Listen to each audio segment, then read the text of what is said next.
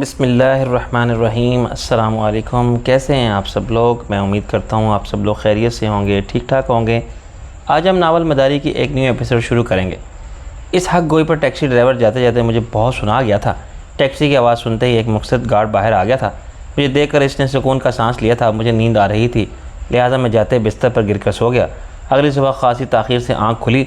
जब नहा धोकर मैं कमरे से निकला तो बानो खाला ने इतला दी कि नीलम शूटिंग के लिए जा चुकी है।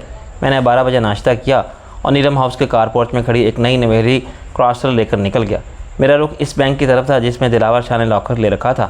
लॉकर की चाबी और इजाज़तनामा मेरे पास था। मैं सीधा बैंक मैनेजर के कमरे में गया। मेरे कीमती सूट और पुरएतमाद अंदाज ने मुतासर हुए बगैर नहीं रहा था। जी फरमाइए मिस्टर नसर बेग, मैं आपकी खिदमत कर सकता हूँ। मैंने अपना नाम नसर बेग बताया था। मैंने खामोशी से इजाज़तनामा निकाल कर इसकी तरफ बढ़ा दिया। इसने इजाज़तनामा पढ़ा और बोला, मुझे आपका काम करके खुशी होती, लेकिन बदकिस्मती से लाकर पर ममूर अफसर बीमारी की वजह से ये कोई मसला नहीं है। मैंने इसकी बात काटी। वो अफसर चाबियाँ अपने साथ नहीं ले गया होगा। आप लाकर खोलने के मजाज हैं सर, रूल एंड रेगुलेशन, इसने कहना चाहा। मैंने फिर इसकी बात काटी। वो तो इसकी इजाज़त में नहीं देते। मैंने इजाज़तनामे की तरफ इशारा किया, लेकिन ये मामला एक बड़े पुलिस ऑफिसर का है। मैं अखबार में इनकी वफ़ात की खबर देख चुका हूँ। इसने स्पाट लहजे में कहा। हमें इसमें दिलचस्पी है कि दिलावर शाह ने इस लॉकर में क्या रखा था। मैंने लहजा बदल लिया। इसने चौंक कर देखा। आपका ताल्लुक़ कहाँ से है? मैं मुस्कुराया। ये बताने की नहीं, समझने की बात है। एक राशि पुलिस अफसर के अकाउंट में कौन लोग दिलचस्पी ले सकते हैं? आजकल एहतसाब का शोर है। इसके चेहरे का रंग उड़ गया था। देखिए शाह साहब, इस लॉकर में क्या रखते थे ये हमें किस तरह मालूम हो सकता था? हमारा काम तो लॉकर देना है। जी मैं जानता हूँ कि इसमें आपका कोई कसूर नहीं, लेकिन जब यह खबर लीक आउट होकर अखबार में आएगी तो बैंक की बदनामी होगी और आप खाम खा बैंक के आला अफसरान तक जाकर ये शिकायत करेंगे। इसी वजह से मैं खामोशी से आया। हम इस मामले को खामोशी से निपटाना चाहते हैं, बशर्ते ये आप तामुन करें। इसकी क़ुव्वत मज़ाहमत पहले ही ख़त्म हो गई थी। मेरी बात मुकम्मल होने से कबल वो उठ खड़ा हुआ। मुझे आपसे ताउन करके खुशी होगी सर। आइए मैं आपको लॉकर रूम में लिए चलता हूँ। लॉकर रूम इसके कमरे के अकब में स्ट्रांग रूम के बराबर मैन था। इसमें अपने पास मौजूद डुप्लीकेट चाबियों से दिलावर शाह का लॉकर खोला और बाहर चला गया। मैंने दूसरी चाबी लगाई जो दिलावर शाह के बटवे से मिली थी। लॉकर खुल गया। मैंने धड़कते दिल के साथ इसे खोला था। अंदर कई अदद बुक्स रखे थे। वक्त नहीं था कि मैं इनका मुआयना करता। मैंने इन्हें अपने साथ लाए बड़े कागजी बैग में डाल लिया था। जब मैं बॉक्स निकाल रहा था तो इनके अक्ब में मुझे एक पतली सी फाइल भी रखी नजर आई। फाइल की बैग में जगह नहीं थी, लिहाजा इसे मैंने मोड़ कर कोट की अंदरूनी जेब में रख लिया।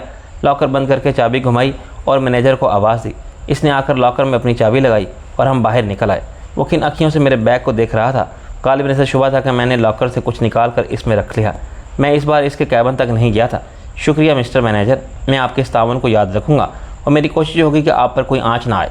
थैंक यू सर, इसने नियाज़मंदी से कहा। मैं समझ रहा था कि मैं किसी खुफिया एजेंसी का नुमाइंदा हूँ और अब खुफिया एजेंसी आवाम के लिए खौफनाक नाम बन चुका था, जिसकी आड़ में मावराए कानून इक़दाम होते तो कोई इन्हें पूछने वाला नहीं है। लोगों को इनके घर दफ्तरों हत्ता के राह चलते उठा लिया जाता, लेकिन कोई परेशान हाल नहीं है। उठाए जाने वाले गायब हो जाते हैं और हुकूमत भी इनकी जिम्मेदारी कबूल करने से इनकार कर देती है। इनका खौफ इतना बढ़ चुका है कि एक निजी बैंक का मैनेजर भी इतनी हिम्मत नहीं रखता कि मुझसे किसी किस्म की शनाख्त तलब कर सकता। इसे मालूम था कि इस किस्म की किसी कोशिश का इंजाम इबरतनाक भी निकल सकता है। मुझे हैरत थी कि किसी ने अब तक दिलावर शाह के इस लॉकर को खोलने की कोशिश ही नहीं की थी। इसके वर्षा थे। एक ही वजह समझ में आई थी कि दिलावर शाह ने इस लॉकर के बारे में किसी को नहीं बताया था, बल्कि सबसे छुपाया था। फरीद का घर रास्ते में ही पड़ता था, लिहाजा मैंने इसके पास चक्कर लगाने का सोचा। फरीद तो इस वक्त अदालत में होगा, लेकिन रक्षी घर पर ही होगी। हाँ, वो शाम को फरीद के दफ्तर जाया करती थी। वो इसकी सेक्रेटरी के फ़राइज़ अंजाम दे रही थी। मैंने महसूस किया कि फरीद ने घर की हिफाजत के लिए बेहतर इंतजाम कर लिए थे। 4 दीवारी ऊंची करवा के इसके ऊपर नकीले शीशे लगवा लिए थे। मरकज़ी दरवाज़ा भी खासा मजबूत था। मैंने कॉल बेल बजाई तो रक्षी ने इंटरकॉम पर नाम पूछा। एक गरीब लावारिस मस्कीन बल्कि यतीम भी, एक वक्त के खाने का सवाल है बाबा, मैंने आवाज़ में दिक्कत समो कर कहा। इसके बावजूद रक्षी ने पहचान लिया। वो हंसी। ड्रामेबाज अभी आई, अल्लाह खैर करे। मैंने कहा। रक्षी तेज़ी से आई थी। वो गालिबन अभी नहा कर निकली थी। सर पर तौलिया बांधा था और चेहरे पर पानी के कतरे शिफाफ मोतियों की तरह चमक रहे थे। मैं चंद लम्हे को सहर ज़दा रह गया था। रक्षी के हुस्न में कोई कलाम नहीं था। वह शाह आलम जैसे हुस्न परस्त भंवरे का इंतखाब थी। मेरी नज़र महसूस करके वो शर्माई। ऐसे क्या देख रहे हो, अंदर आओ ना। फिल वक्त तो फरीद की तकदीर परस्त कर रहा हूँ। हाँ, मुमकिन है तुम्हारे हाथ का खाना खाकर मेरे ख्यालात कुछ बदल जाएँ।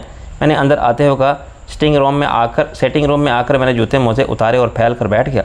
लगता है फरीद ने कोई बड़ा मुर्गा फांस लिया है। बड़ा शानदार फर्नीचर है। मैंने इर्द गिर्द देखा। सबसे बड़े क्लाइंट तुम हो। तुमने आज तक क्या दिया? मैं शर्मिंदा हुआ तो बुखला गई। तुम ठीक कह रही हो।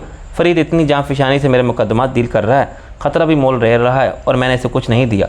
मेरे खुदा, एक मजाक में कही बात पर इतने सीरियस हो जाओगे? रक्षी यकदम रूहानसी हो गई थी। इसका मूड देखकर मैंने कहा, सॉरी भाई, मैं मजाक के जवाब में मजाक कर रहा था। खैर छोड़ो, ये बताओ कि किसके ऊपर क़यामत ढाने की तैयारी है। मेरी बात सुनकर वो शर्माई। अभी तुम फरीद के दफ्तर से होकर जाऊँगी, शाम को इस्लामाबाद के लिए हमारी फ़्लाइट है। गुड, तुमने फौरी तौर पर अपने प्लान पर अमल शुरू कर दिया। मुमकिन है कि वापस आओ तो हम यहाँ ना हों। चंदा भी मेरे साथ इंग्लैंड जाएगी, यानी मैं और फरीद अकेले रह जाएंगे। और वो उदास हो गई। हमारा तुम लोगों के सिवा और है ही कौन? मजबूरी है डियर, मैंने नरमी से कहा। अब मेरा वजूद तुम लोगों के लिए ख़तरा बन गया है। मैं जितना तुम लोगों से दूर रहूँगा इतना ही बेहतर होगा। वैसे यहाँ पर कमाल और कमर होंगे, बाकी सब लोग भी आते जाते रहेंगे। तुम लोग भी साल में एक आध बार चक्कर लगाते रहोगे। और जहाँ तक तन्हाई का ताल्लुक है तो 3-4 साल बाद बच्चों में घर कर तुम्हें शायद नासिर का ख्याल भी ना आए। बच्चों के जिक्र पर वो फिर शर्माई। अभी ऐसा कोई प्रोग्राम नहीं है। ये बताओ कि खाना लगाऊं? नेकी और पूछ मैंने कहा और वाशरूम की तरफ बढ़ गया। जब वापस आया तो रक्षी की 9 नंबर मुलाजमा वहीं छोटी मेज़ पर खाना सजा रही थी। सादा दाल चावल के साथ कबाब थे और चपाती के साथ कोफ्ते थे। हैरत अंगेज़ तौर पर खाना लजीज था। मुझे याद है शाह आलम के महल नुमा घर में रक्षी मिलकर पानी भी नहीं पिया करती थी। खाना बनाना तो दूर की बात थी। वक्त लगता है वक्त के साथ साथ इसने बहुत कुछ सीख लिया था। अगर ये दौलत के एतबार से वो किसी तरह अरबपति से कम नहीं थी। शाह आलम के सारे असासे मैंने इसके हवाले कर दिए थे, लेकिन फ़रीद की मोहब्बत ने इसको खुद को इसके रंग में रंग लिया था। वो इस मामूली से 200 गज़ के घर में रह रही थी और इसके पास सिर्फ एक मुलाजमत थी। घर के कामों के साथ इसे फ़रीद के दफ्तर में भी काम करना होता था। मैंने खाने की तारीफ़ की तो वो खिल उठी थी। खाने के बाद मैंने वाशरूम हाथ धोने गया। इतने में कॉल बेल बजी। मैं कुल्ली कर रहा था कि बाहर से किसी घंटी का चीख चीख सुनाई थी। फिर ऐसी आवाज़ें आईं जैसे कोई मज़ाहमत कर रहा हो। मुझे ख़तरे का एहसास होने लगा। मैंने पानी बंद कर दिया। अब बाहर मुकम्मल सन्नाटा था। फिर किसी ने भारी मर्दाना आवाज़ में कहा, कुतिया, आज जब तेरा कसम आएगा तो तेरी नीची लाश देखकर इसके होश ठिकाने आ जाएंगे। बड़ा वकील बना फिरता है। रक्षी ने घटी हुई आवाज़ में कुछ कहना चाहा और मेरे कानों ने कपड़ा फटने की आवाज़ सुनी। समझने में देर नहीं लगी थी कि रक्षी के साथ क्या हो रहा था। ताकत और मर्दानगी के नशे में चोर कोई मर्द अकेली औरत समझकर इसके साथ ज़्यादती पर उतर आया था। आम हालात में मुमकिन है कि मैं आग बोगला होकर बाहर निकलता और इस शख्स से भर जाता, लेकिन हालात ने मुझे दिमाग का इस्तेमाल सिखा दिया था। यह हकीकत थी कि मैं खाली हाथ था और किसी के घर में इस तरह दिन दिहाड़े घुस आने वाला यकीनन मुसल्ला होता। अगर मैं जज्बाती होकर रक्षी की मदद करने जाता तो सबसे पहले खुद मारा जाता और आने वाला तो शिकार करके जाता। ये सब सोचकर मैंने फौरी तौर पर बाहर निकलने से गुरेज किया। रक्षी की घटी घटी आवाज़ें आ रही थी। गालिबन इसका मुंह दबा दिया गया था।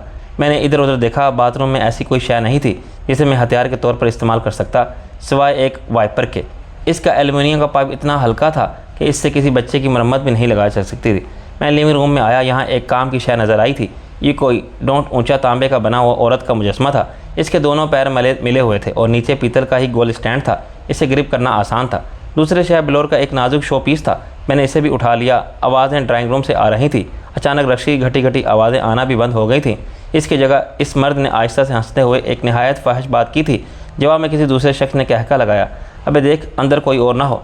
कोई नहीं उस्ताद, बस ये दोनों हैं। इसके लहजे में खबासत नुमाया थी।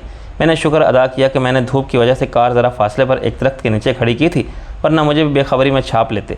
अब मुझे भी मालूम हो गया था कि मैं वो अफराद हैं। गालिबन इन्होंने पहले रक्षी के 9 नंबर मुलाजमा में मीना को काबू किया, फिर अंदर घुसकर रक्षी को भी काबू कर लिया। वो दोनों पेशावर बदमाश लगते थे, लेकिन रक्षी के हुस्न ने इनकी अक्लों पर पर्दा डाल दिया था और इन्होंने बाकी घर को देखने के बजाय वो काम करना ज़रूरी समझा जिसके लिए वो आए थे। मीना खासी खूबसूरत थी, 15 साल लड़की थी। इनके लिए गोया एक तीर से 2 शिकार करने वाली बात हो गई थी। मैंने एहतियात से दरवाजे की हल्की सी झरी से झांका। लिविंग रूम और ड्राइंग रूम का दरमियानी दरवाज़ा 2 पट वाला था, इसलिए मुझे ड्राइंग रूम का मंजर साफ नज़र आ रहा था। रक्षी कालीन पर पड़ी मचल रही थी। इसके हाथ बंधे हुए, साथ इसके मुंह में कपड़ा ठोंसकर ऊपर से पट्टी बांध दी गई थी। इसी वजह से इसकी आवाज़ें आना बंद हो गई थी। मीना बेसुध एक सोफ़े पर पड़ी थी। इसके पाँव नीचे लटक रहे थे और दूसरा शैतान इस पर झुका हुआ था। मैंने तौबा इस्तग़फ़ार पढ़ी। जो मुसल्ला था इसके हाथ में पिस्टल था और इन दोनों को संगीन नताइज की धमकियाँ दे रहा था। मारे खौफ के रक्षी का चेहरा सफ़ेद हो रहा था। अचानक उस्ताद मीना पर झुके शख्स पर धाड़ा, हरामी, तुझसे क्या कहा था? पहले दूसरे कमरे देख, अपनी इस अम्मा के साथ फिर जो चाहे करते रहना। वो बेगैरती से हंसा। उस्ताद, तुमने मजाक किरकरा कर दिया। कसम से कच्ची केरी है जी। उस्ताद ने कच्ची केरी के हवाले से एक और बेहुदा बात की और इसे दफ़ा हो जाने का हुक्म दिया। इसकी आमद से पहले रक्षी के बेडरूम में दाखिल हो चुका था। लिविंग रूम साथ ही था। इसमें होने वाली हंगामा आ रही उस्ताद को फ़ौरन मुतवज्जा करती और मुझे फ़ौरन इससे निमटना पड़ता। बेडरूम में मैं ज़रा आराम से शागिर्द से निमट सकता था। अहमद शागिर्द के हवास पर कच्ची केरी का नशा तारी था। इसने इसकी यकीन के साथ बेडरूम में कदम रखा कि अंदर कोई नहीं था। मैंने पीतल के मुजस्मे से इसका सर बजाया। मुजस्मा इत्तफाक से एक औरत का ही था, लिहाजा इसका नशा दोगुना हो गया। हिफ्ज़ मातकद्दम के तौर पर मैंने इसका मुंह दबा दिया था। वो लहरा कर फर्श पर गिरा। मैं बेफिक्र था कि दबीज़ कालीन की वजह से कोई आवाज़ पैदा नहीं होगी। लेकिन मैंने चिल्लाकर कहा, हाय उस्ताद। उस्ताद का चौकन्ना फितरी था, शागिर्द निहत्ता ही था, यानी मुसल्ला सिर्फ उस्ताद ही था। इसने जवाबन चिल्लाकर कहा, क्या हुआ? मेरा पाँव। मैंने गोया नज़ा के आलम में आवाज़ निकाली। मेरी कोशिश थी कि उस्ताद को आवाज़ का फ़र्क महसूस ना हो, लेकिन वो भी एक काया था। इसने अंदर आने की बजाय पहले लिविंग रूम ताक झाँक की। कई बार इसने शागिर्द को गलत बल्दियत से मंसूब करते हुए पुकारा। शागिर्द वहाँ था जहाँ इसे अपनी कुछ खबर नहीं थी। वो उस्ताद को क्या जवाब देता? उस्ताद की उस्तादी देखकर मुझे अपनी गलती का एहसास हो रहा। खामोश रहकर इससे ज़्यादा आसानी से निमट सकता था। उस्ताद आहिस्ता आहिस्ता बेडरूम की तरफ पेशकदमी कर रहा था और वो इसी एहतियात से अंदर आता कि मेरे लिए इस पर काबू पाना नामुमकिन ही हो जाता। इसने अपना पिस्तौल तान रखा था और गोली चलाने के लिए तैयार था। माँ मेरी निगाह बेडरूम में ड्रेसिंग टेबल के साथ रखे लैंप शेड पर पड़ी। इसमें संगमरमर का डंडा लगा हुआ था। करीबन 2.5 फुट का ये मार्बल पाइप खासा मौसर हथियार साबित हो सकता था, बशर्ते कि उस्ताद मुअज़्ज़म इसे अपने सर पर आजमाने की इजाज़त देता। मैं सख्त परेशानी के आलम में इसे कज़ाए नागहानी की तरह आते देख रहा था।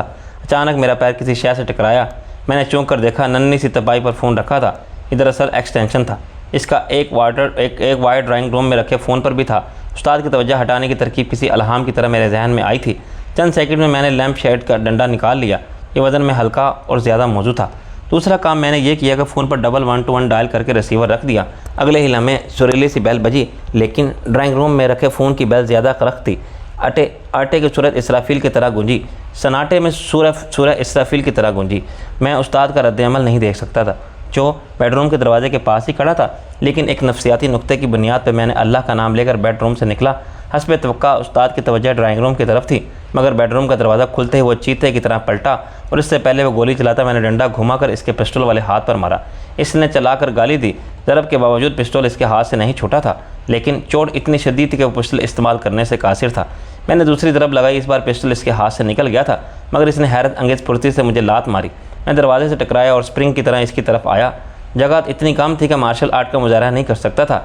इस बार खबीस ने मेरे मुंह पर सर से टक्कर मारी। मेरी आंखों के सामने एक लम्हे के लिए तो अंधेरा आ गया था। इससे फ़ायदा उठाकर वो पिस्टल की तरफ लपका। ख़तरे का एहसास करके मेरा दिमाग फ़ौरन मुस्तैद हो गया था। मैंने अंदाजे से हाथ घुमाया। डंडा किसी शय पर लगा था। इसके साथ ही मुँह के बल सोफे पर जा गिरा। उस्ताद का सर किसी दुम्बे की तरह मजबूत था। इसकी टक्कर मेरे दिमाग को हिला कर रख दिया था। यही वजह थी कि मैं आर्जी तौर पर बेहोश हो गया था। इसके बाद मुझे तेज़ी से होश आया था, शायद इसी वजह से कि उस्ताद अगर पिस्टल हासिल करने में कामयाब हो जाता तो सबसे पहले मेरे सर में सुराख करता।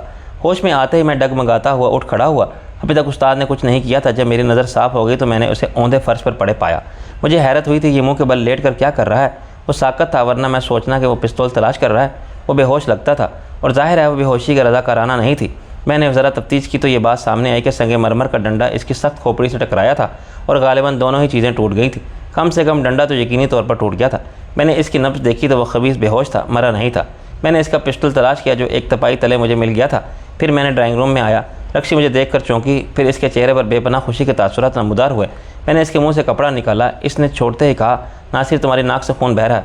तब मुझे पहली बार एहसास हुआ कि मेरी नाक बुरी तरह ज़ख्मी हुई थी। इसके हाथ बंदिशें खोलते हुए मैं इसकी तरफ देखने से गुरेज कर रहा था। मैंने रक्षी के कपड़े पकड़ाते हुए कहा, तुम चेंज करके आओ, मैं इसे देखता हूँ।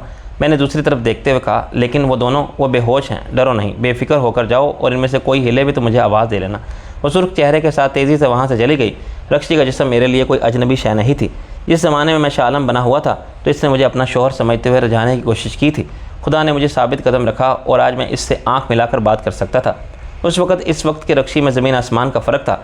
अब वो मेरे लिए एक अच्छे दोस्त की बीवी थी और मेरे लिए इतनी ही मोहतरम थी जितनी कि मेरी बहन या भाभी होती है। इसके जाने के बाद मैंने मुलाजमा मीना को देखा। वो बेहोश थी। इसके सर पर कुछ मारा गया था जिससे गोमड़ सा बन गया था, लेकिन वार ख़तरनाक नहीं था। वो बड़ी प्यारी और नाजुक सी लड़की थी जिसका लिबास शागिर्द की दस्त दराजी की वजह से बेतरतीब हो रहा था।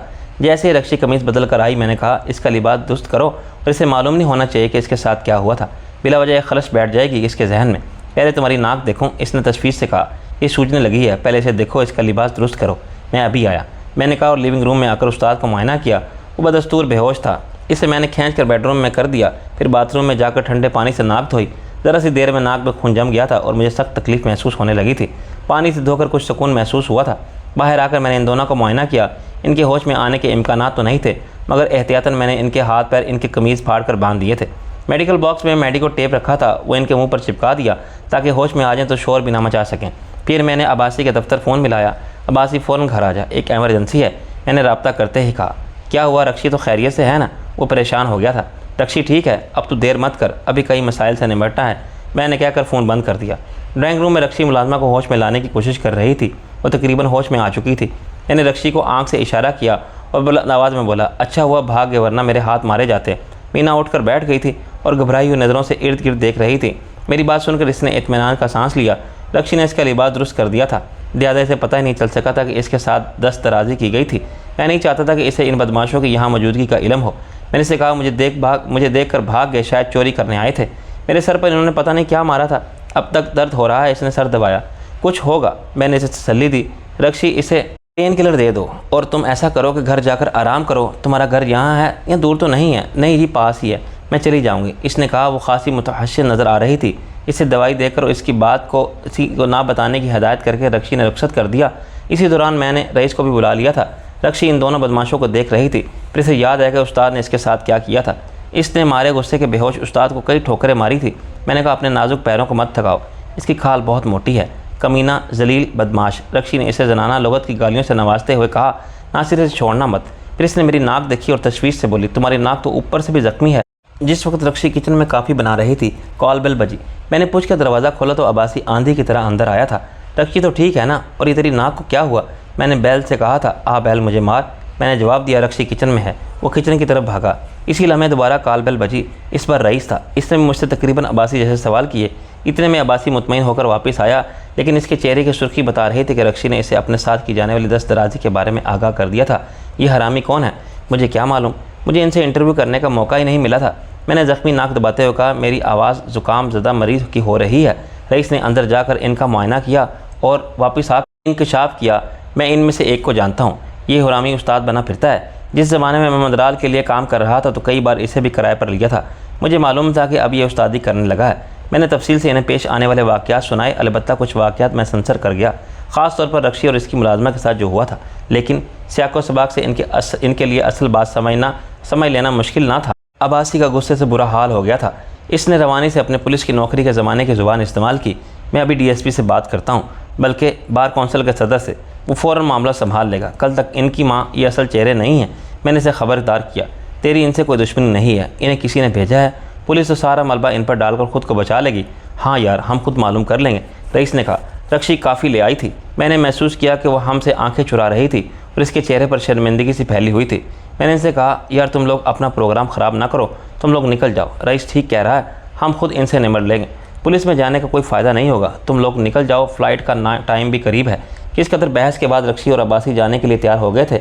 रक्षी ने सूटकेस तैयार कर लिए थे जो इन्होंने उठाकर गाड़ी में रखे और चले गए। अब्बासी ने लांसर ले रखी थी। इनके जाने के बाद मैं और रईस बैरूनी दरवाज़ा बंद करके अंदर आ गए। रईस बोला, इसका नाम तो जिब्रान है, लेकिन जब्बू के नाम से मशहूर है, उस्ताद बनता है, लेकिन अंदर से है। रईस ने एक नाकाबिले इस्ताद लफ्ज़ इस्तेमाल किया, सिर्फ औरतों और कमज़ोरों पर रोज़ जमा सकता है। पहले भी मुजरमाना हमलों के कई मुकदमात में मुलव्विस है। वो दोनों अब होश में आ रहे थे। अचानक मुझे ख्याल आया, रईस, इन पर हमारी शनाख्त ज़ाहिर ना हो, अब नाम मत लेना। मैंने अब्बासी के वार्डरोब से 2 नायलॉन के मोज़े निकाले, काट कर इनमें सुराख किए और एक एक हमने अपने सरों पर चढ़ा लिया था। इन्होंने हमारे खद्दोखाल छुपा लिए थे। जब हम वापस लिविंग रूम में आए तो उस्ताद को होश आ चुका था और शागिर्द किसी बेकरार कीड़े की तरह किलबिला रहा था। मार्बल के पाइप का असर ज़्यादा सख्त था। अगर कि इसकी खोपड़ी मजबूत ना होती तो ये 302 का केस भी बन सकता था। मैंने जाते ही उस्ताद के रानों के दरमियान पाँव की एड़ी मारी। ज़रब ज़्यादा ज़ोरदार नहीं थी। उस्ताद ज़्यादा तेज़ी से अपने हवासों में आया था। इसने कराह कर करवट ली। मेरे इशारे पर रईस ने इसके मुंह से कपड़ा उतार दिया। मेरा ख्याल है कि तुम्हें होश आ गया है। क्या चाहते हो तुम? इसने कराह कर कहा। वो नहीं चाहते जिसके लिए तुम आए थे, लेकिन मैं इससे भी ज़्यादा बुरा सलूक तुमसे कर सकता हूँ। मैंने इसके पैर पर ठोकर मारी। किसने भेजा था तुम्हें? किसी ने नहीं, इसने हठधरी से कहा।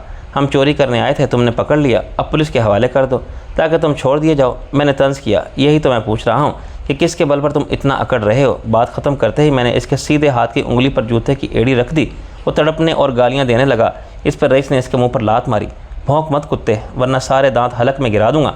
मैंने महसूस किया कि इतनी आसानी से ज़ुबान खोलने वाले लोग नहीं थे। अब्बासी के मकान में ज़रा देर रुकना भी दुरुस्त नहीं था। ये लोगों ने इन्हें भेजा था, वो तफ्तीशी हाल के लिए दूसरी टीम भी रवाना कर सकते थे। लिहाजा मैंने यहाँ से निकलने का फ़ैसला कर लिया। जब मैंने तैयार करके निकल रहे थे तो अब्बासी ने एयरपोर्ट से फ़ोन करके अपनी खैरियत से रवानगी की इतला दी। मैंने मशवरा दिया कि वो एहतियातन 2-3 हफ्ते बाहर ही रहे। इन दोनों में से एक को कार की डिक्की में बंद किया। ये एजाज़ उस्ताद के हिस्से में है। शागिर्द को मैंने पिछली नशिस्त के आगे वाले खला में डाल दिया था। एहतियातन इनके मुंह के साथ आंखों पर भी मेडिको टेप लगा दिए थे ताकि वो हमारी सूरतें ना देख सकें। रईस ने इन्हें भी जीरा ब्लेड के ठिकाने पर मुंतकिल करने का फ़ैसला किया। हम मगरिब के बाद वहाँ पहुँचे। रईस ने जाकर जीरा ब्लेड को सारी बात समझा दी। वो आकर इन दोनों को ले गया था। इस मौके पर हम गाड़ी से ज़रा दूर चले गए थे। रईस ने कहा, अब घर की तरफ चल, नीलम आ गई होगी। लेकिन जाने से पहले मैंने एक PCO से सुभान शाह से बात की। वो प्रोफेसर हाशिम रज़ा के बारे में जानकर बेहद खुश हुआ। बाबा, इसने तो रब नवाज़ के बारे में बहुत उछला है। शाह साहब कोशिश करें कि किस तरह इन औरतों के बारे में बता दे जिन पर तजर्बात किए जा रहे हैं। बता देगा, ज़रूर बता देगा। अभी तो इसने किसी शर्मा जी के बारे में बगला है। ये भारतीय साइंसदान हैं और रब नवाज़ इसके राब्ते में है।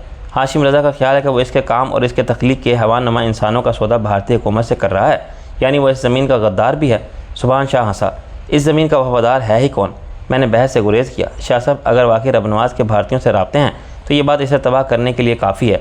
इतना आसान ना समझो। हमारे यहाँ तो ना जाने कौन कौन भारतीयों के एजेंट बनकर बैठा है, मगर बहरहाल रब नवाज़ की गर्दन फंसाई जा सकती है। यही मैं कहना चाहता हूँ। मैंने खुश होकर कहा, उम्मीद है आपका मेरी तरफ से दिल साफ़ हो गया होगा। मैं बहुत जल्द मुल्क से बाहर जा रहा हूँ। सुभान शाह खामोश हो गया। इसने चंद लम्हे बाद कहा, शाह आलम, क्या तुम मेरे साथ पार्टनरशिप नहीं कर सकते? सॉरी शाह साहब, मैं पहले कह चुका हूँ कि मैं इन सारे मामला से उकता गया हूँ और अब सुकून की ज़िंदगी बसर करना चाहता हूँ।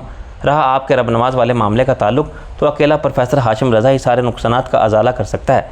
इसके बावजूद मैं कोशिश कर रहा हूँ कि लंदन में नवाज़रात का सुराग लगा सकूँ। वहाँ मेरे राब्ते हैं। मैं तुमसे मिलना चाहता हूँ शाह आलम। वो बोला, ये मुमकिन नहीं। मैं माजी के सारे नाते तोड़ रहा हूँ। सिर्फ रब नवाज़ की कमीनगी ने मुझे यहाँ रुकने पर मजबूर किया, वरना मैं यहाँ से जा चुका होता। मैं फ़ोन करके बाहर आया। रब नवाज़ के ख़िलाफ़ मुझे एक निशान और मिल गया था, शर्मा जी। इसका मतलब है कि हाशिम रज़ा ने मुझसे बहुत सारी बातें छुपाई थी। रास्ते में मैंने रईस को सुभान शाह से होने वाली गुफ्तगू से आगाह किया और इससे कहा तो किसी आदमी को भेजकर सुभान शाह की लाहौर वाली कोठी से कैटलॉग मंगवा ले। अब इस काम में ताख़ीर नहीं होनी चाहिए। ये काम हो जाएगा, रईस बोला। फिर इसने कागजी हैंडबैग की तरफ देखा। इसमें क्या है? खासी चीज़ें हैं, घर चल कर देखेंगे। दिलावर शाह के लॉकर से निकली हैं। नीलम आओ साहब मेरे लिए एक साया आफियत की हैसियत इख्तियार कर गया था। सारे ज़माने के सर्द व गम झील कर जब मैं यहाँ आता था तो मुझे वही सुकून मिलता था जो सारा दिन मेहनत मुशक्क़त करने वाले मज़दूर को शाम को घर आकर मिला करता था। नीलम हस्बे मामूल लान में टहल रही थी। आज इसने एहतमाम से स्याह साड़ी पहन रखी थी जो इसके सुर्ख और सफ़ेद और मुतासिब जिस्म बेहद सज रही थी। खुले बालों में सफ़ेद गुलाब का फूल टिका था। सारे दिन की शूटिंग के बाद इसके चेहरे पर ताजगी थी। रईस तो खैर था, तो शबनम रसीदा थोड़ी देर को तो मैं भी दम बखुद रह गया था। वो शर्मा का हंसी, क्या हो गया तुम दोनों को? यूँ आंखें फाड़ कर क्या देख रहे हो? कसम अल्लाह की, आज तो निगाह नहीं टिक रही। रईस बोला, किस पर क़यामत ढाने की तैयारी है? मैंने कहा, तुम दोनों को तो याद नहीं होगा। मैंने सोचा है कि मैं सरप्राइज़ दे दूँ। आज तुम्हारी सालगिरह है। रईस बोला। तो नीलम के साथ भी मैं हैरान रह गया। तुझे कैसे पता चला? मैं नीलम के बारे में सब जानता हूँ। रईस बोला। तो नीलम का चेहरा चमक उठा था। महबूब इसकी ज़रा सी बात को याद रखे। औरत के लिए इससे ज़्यादा खुशी की बात और क्या हो सकती है? केक कहाँ है? मैंने कहा, अंदर तैयार है। वो बोली, लेकिन मेरा तोहफ़ा मेरी तरफ से तो तैयार है। रईस ने जेब में हाथ मारा। मेरी तरफ से इसे कबूल कर लो। मैंने हैंडबैग की तरफ हाथ बढ़ाया तो वो खुशी से खिल गई थी। अभी नहीं, केक कटने के बाद देना। अंदर आओ। खाला बानो ने कमरे के वस्त में लगी मेज़ पर केक के हाथ दूसरा सामान भी सजा दिया था। नीलम ने केक काटा। हमने तालियां बजाकर हैप्पी बर्थडे गाने लगे। इस लम्हे फ़ोन की घंटी बजी। दूसरी तरफ एनी थी। इसे भी नीलम की सालगिरह का दिन याद था। इसने मुबारकबाद दी। नीलम ने इसे आने वाले मेहमान की खैरियत दरियाफ्त की। अब मुश्किल नीलम ने जान छोड़ी तो मेरी बारी आई। चुड़ैल तो कैसी है? भैया मैं चुड़ैल हूँ। इसने खुफकी से कहा। वो तेरा भूतना कहाँ है? पास ही बैठे हैं। मेरी तो सुनते नहीं। इसने फ़ोन आकिल को दे दिया। सलाम अर्ज़ करता हूँ कायम मकाम ससुर साहब। इसने कहा, क्या हाल है? फ़िल वक्त तो अच्छे नहीं हैं, लेकिन उम्मीद है कुछ दिन में अच्छे हो जाएंगे।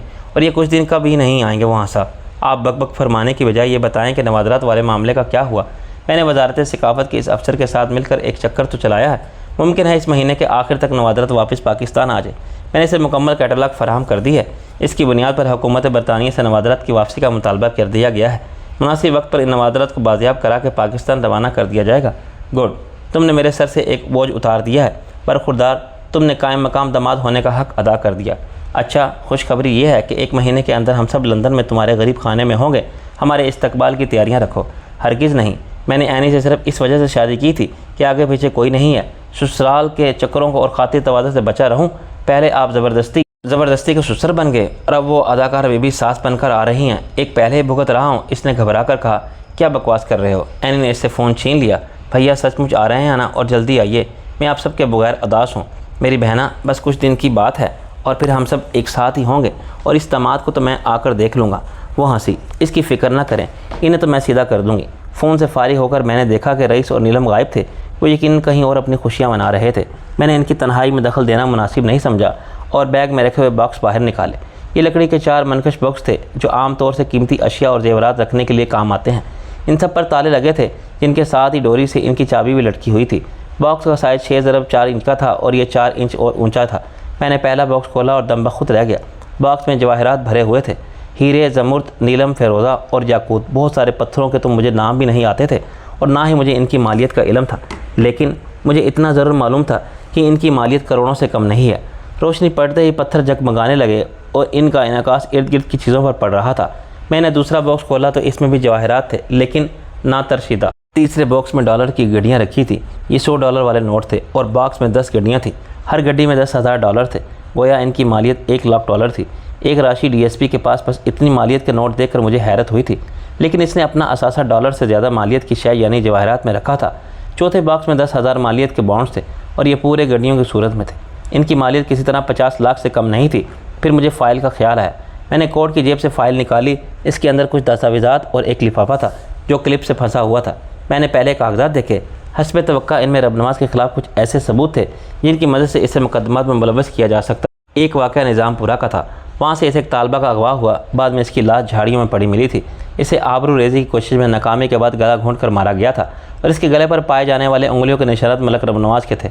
बाद में पुलिस ने इस केस को दबा दिया था, लेकिन दिलावर शाह ने किसी तरह वो रिपोर्ट हासिल कर ली थी जिसमें रबनवाज के फिंगरप्रिंट मुजरिम की हैसियत से मौजूद थे।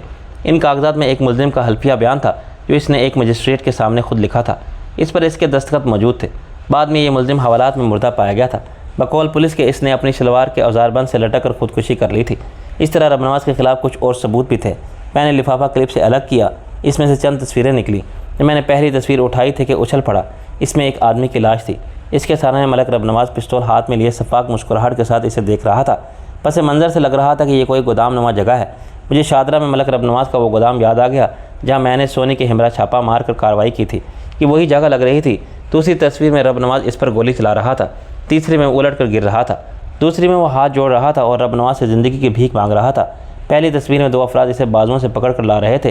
तरतीब उल्टी थी, लेकिन ये तस्वीरें एक कत्ल की कहानी सुना रही थी और रबनवाज को फांसी के फंदे तक पहुँचाने के लिए काफ़ी थी। इतने अहम सबूत दबाए बैठा था और इनसे कोई काम नहीं ले रहा था। ये दुरुस्त था कि रबनवाज मामूली हस्ती नहीं था। ऐसे सबूतों के बावजूद इसे कैफरे किरदार तक पहुँचाने में खासी दुश्वारी पेश आ सकती थी, लेकिन वो बच नहीं सकता था। पहले शर्मा जी नामी भारतीय का मामला सामने आया और रबनवाज के ख़िलाफ़ इतने अहम सबूत हाथ आए हैं। मैंने महसूस किया कुदरत भी इसके गिर शिकंजा कसने में मेरी मदद कर रही है। नीलम और रईस हंसते हुए अंदर आए और फिर दंग रह गए। मेरे खुदा, खासी देर बाद नीलम के मुंह से निकला था, ये सब क्या है? हाथ का मैल, जिसे उर्फ आम में दौलत कहते हैं, और हम दिलावर शाह के ख़जाने से बस यही कुछ निकला है। हाय क्या गुर्बत। मैंने सर्द आ भरी और जो कमाया था वो यहीं छोड़ गए। रईस ने लुकमा दिया। नीलम जवाहरात देख रही थी। वो औरत थी और फिल्मी अदाकार भी। इसे जवाहरात का शौक़ भी था और इनकी पहचान भी थी। इसने इन्हें हाथों में लेकर कहा, ये बहुत कीमती हैं और इनकी मजमूई मालियत करोड़ों में होगी। दिलावर शाह ने अपना असासा बैनुल-अक़वामी करेंसी में रखा था। हीरे किसी जगह भी बिक जाते थे। दौलतमंद मुल्कों में इसकी कहीं ज़्यादा कीमत मिलती है और छोटी सी जगह में इससे ज़्यादा मालियत की कोई शय आ ही नहीं सकती। ये $1,00,000 और बॉन्ड्स भी हैं। इसने नकदी की ज़रूरत पूरी करने के लिए रखे होंगे। इन पर कोई इनाम निकल आए तो ये बोनस होगा, लेकिन असल ख़जाना यह है। मैंने फ़ाइल इनके सामने रख दी। नीलम ने फ़ाइल उठाकर इसके कागजात देखे और इस रईस तस्वीरें देखने लगा। दोनों का रद्द-ए-अमल यकना था। वो मारा। रईस चिल्लाया, अब मैं देखता हूँ कि मलक रबनवाज कैसे बचता है। वो फांसी के फंदे तक ज़रूर जाएगा। नीलम ने कहा, मेरा ख्याल ज़रा मुख्तलिफ है। मैंने पुरख्याल अंदाज में कहा, वाज़ेह सबूत होने के बावजूद वो बच सकता है। हमारे यहाँ के अदालती निज़ाम को तो तुम जानती हो, वरना मुकदमात को इतना तूल ज़रूर देगा कि इसकी तभी उम्र ही पूरी हो जाएगी। फिर क्या करें? रईस बोला, इन चीज़ों की मदद से हम इसे अपने दबाव में रख सकते हैं और इससे अपने काम निकलवा सकते हैं। मसलन, नीलम से दिलचस्पी से कहा, मसलन हम इसे उस्ताद मोइनुद्दीन के ख़िलाफ़ इस्तेमाल कर सकते हैं। वह कीना परवर आदमी नीलम और रईस के हाथों अपनी बेइज्जती भूला नहीं होगा। रबनवाज इसका दिमाग दुरुस्त कर सकता है, लेकिन हम रबनवाज को अपने तराजे में कैसे खींच सकते हैं? रईस ने एतराज़ किया, इस तरह तो नीलम इसकी निगाह में आ जाएगी। हम इसे नीलम के बारे में क्यों बताएंगे? रबनवाज के लिए हमारा हुक्म ही काफ़ी होगा। वो मोइनुद्दीन के ख़िलाफ़ कार्रवाई करने पर मजबूर हो जाएगा। Good idea. और मोइनुद्दीन को रबनवाज के ख़िलाफ़ भड़काएंगे। दोनों कुत्तों की तरह आपस में लड़ेंगे और मोइनुद्दीन की हमारी तरफ से तवज्जो हट जाएगी। राइट, इसने काम में देर नहीं होनी चाहिए।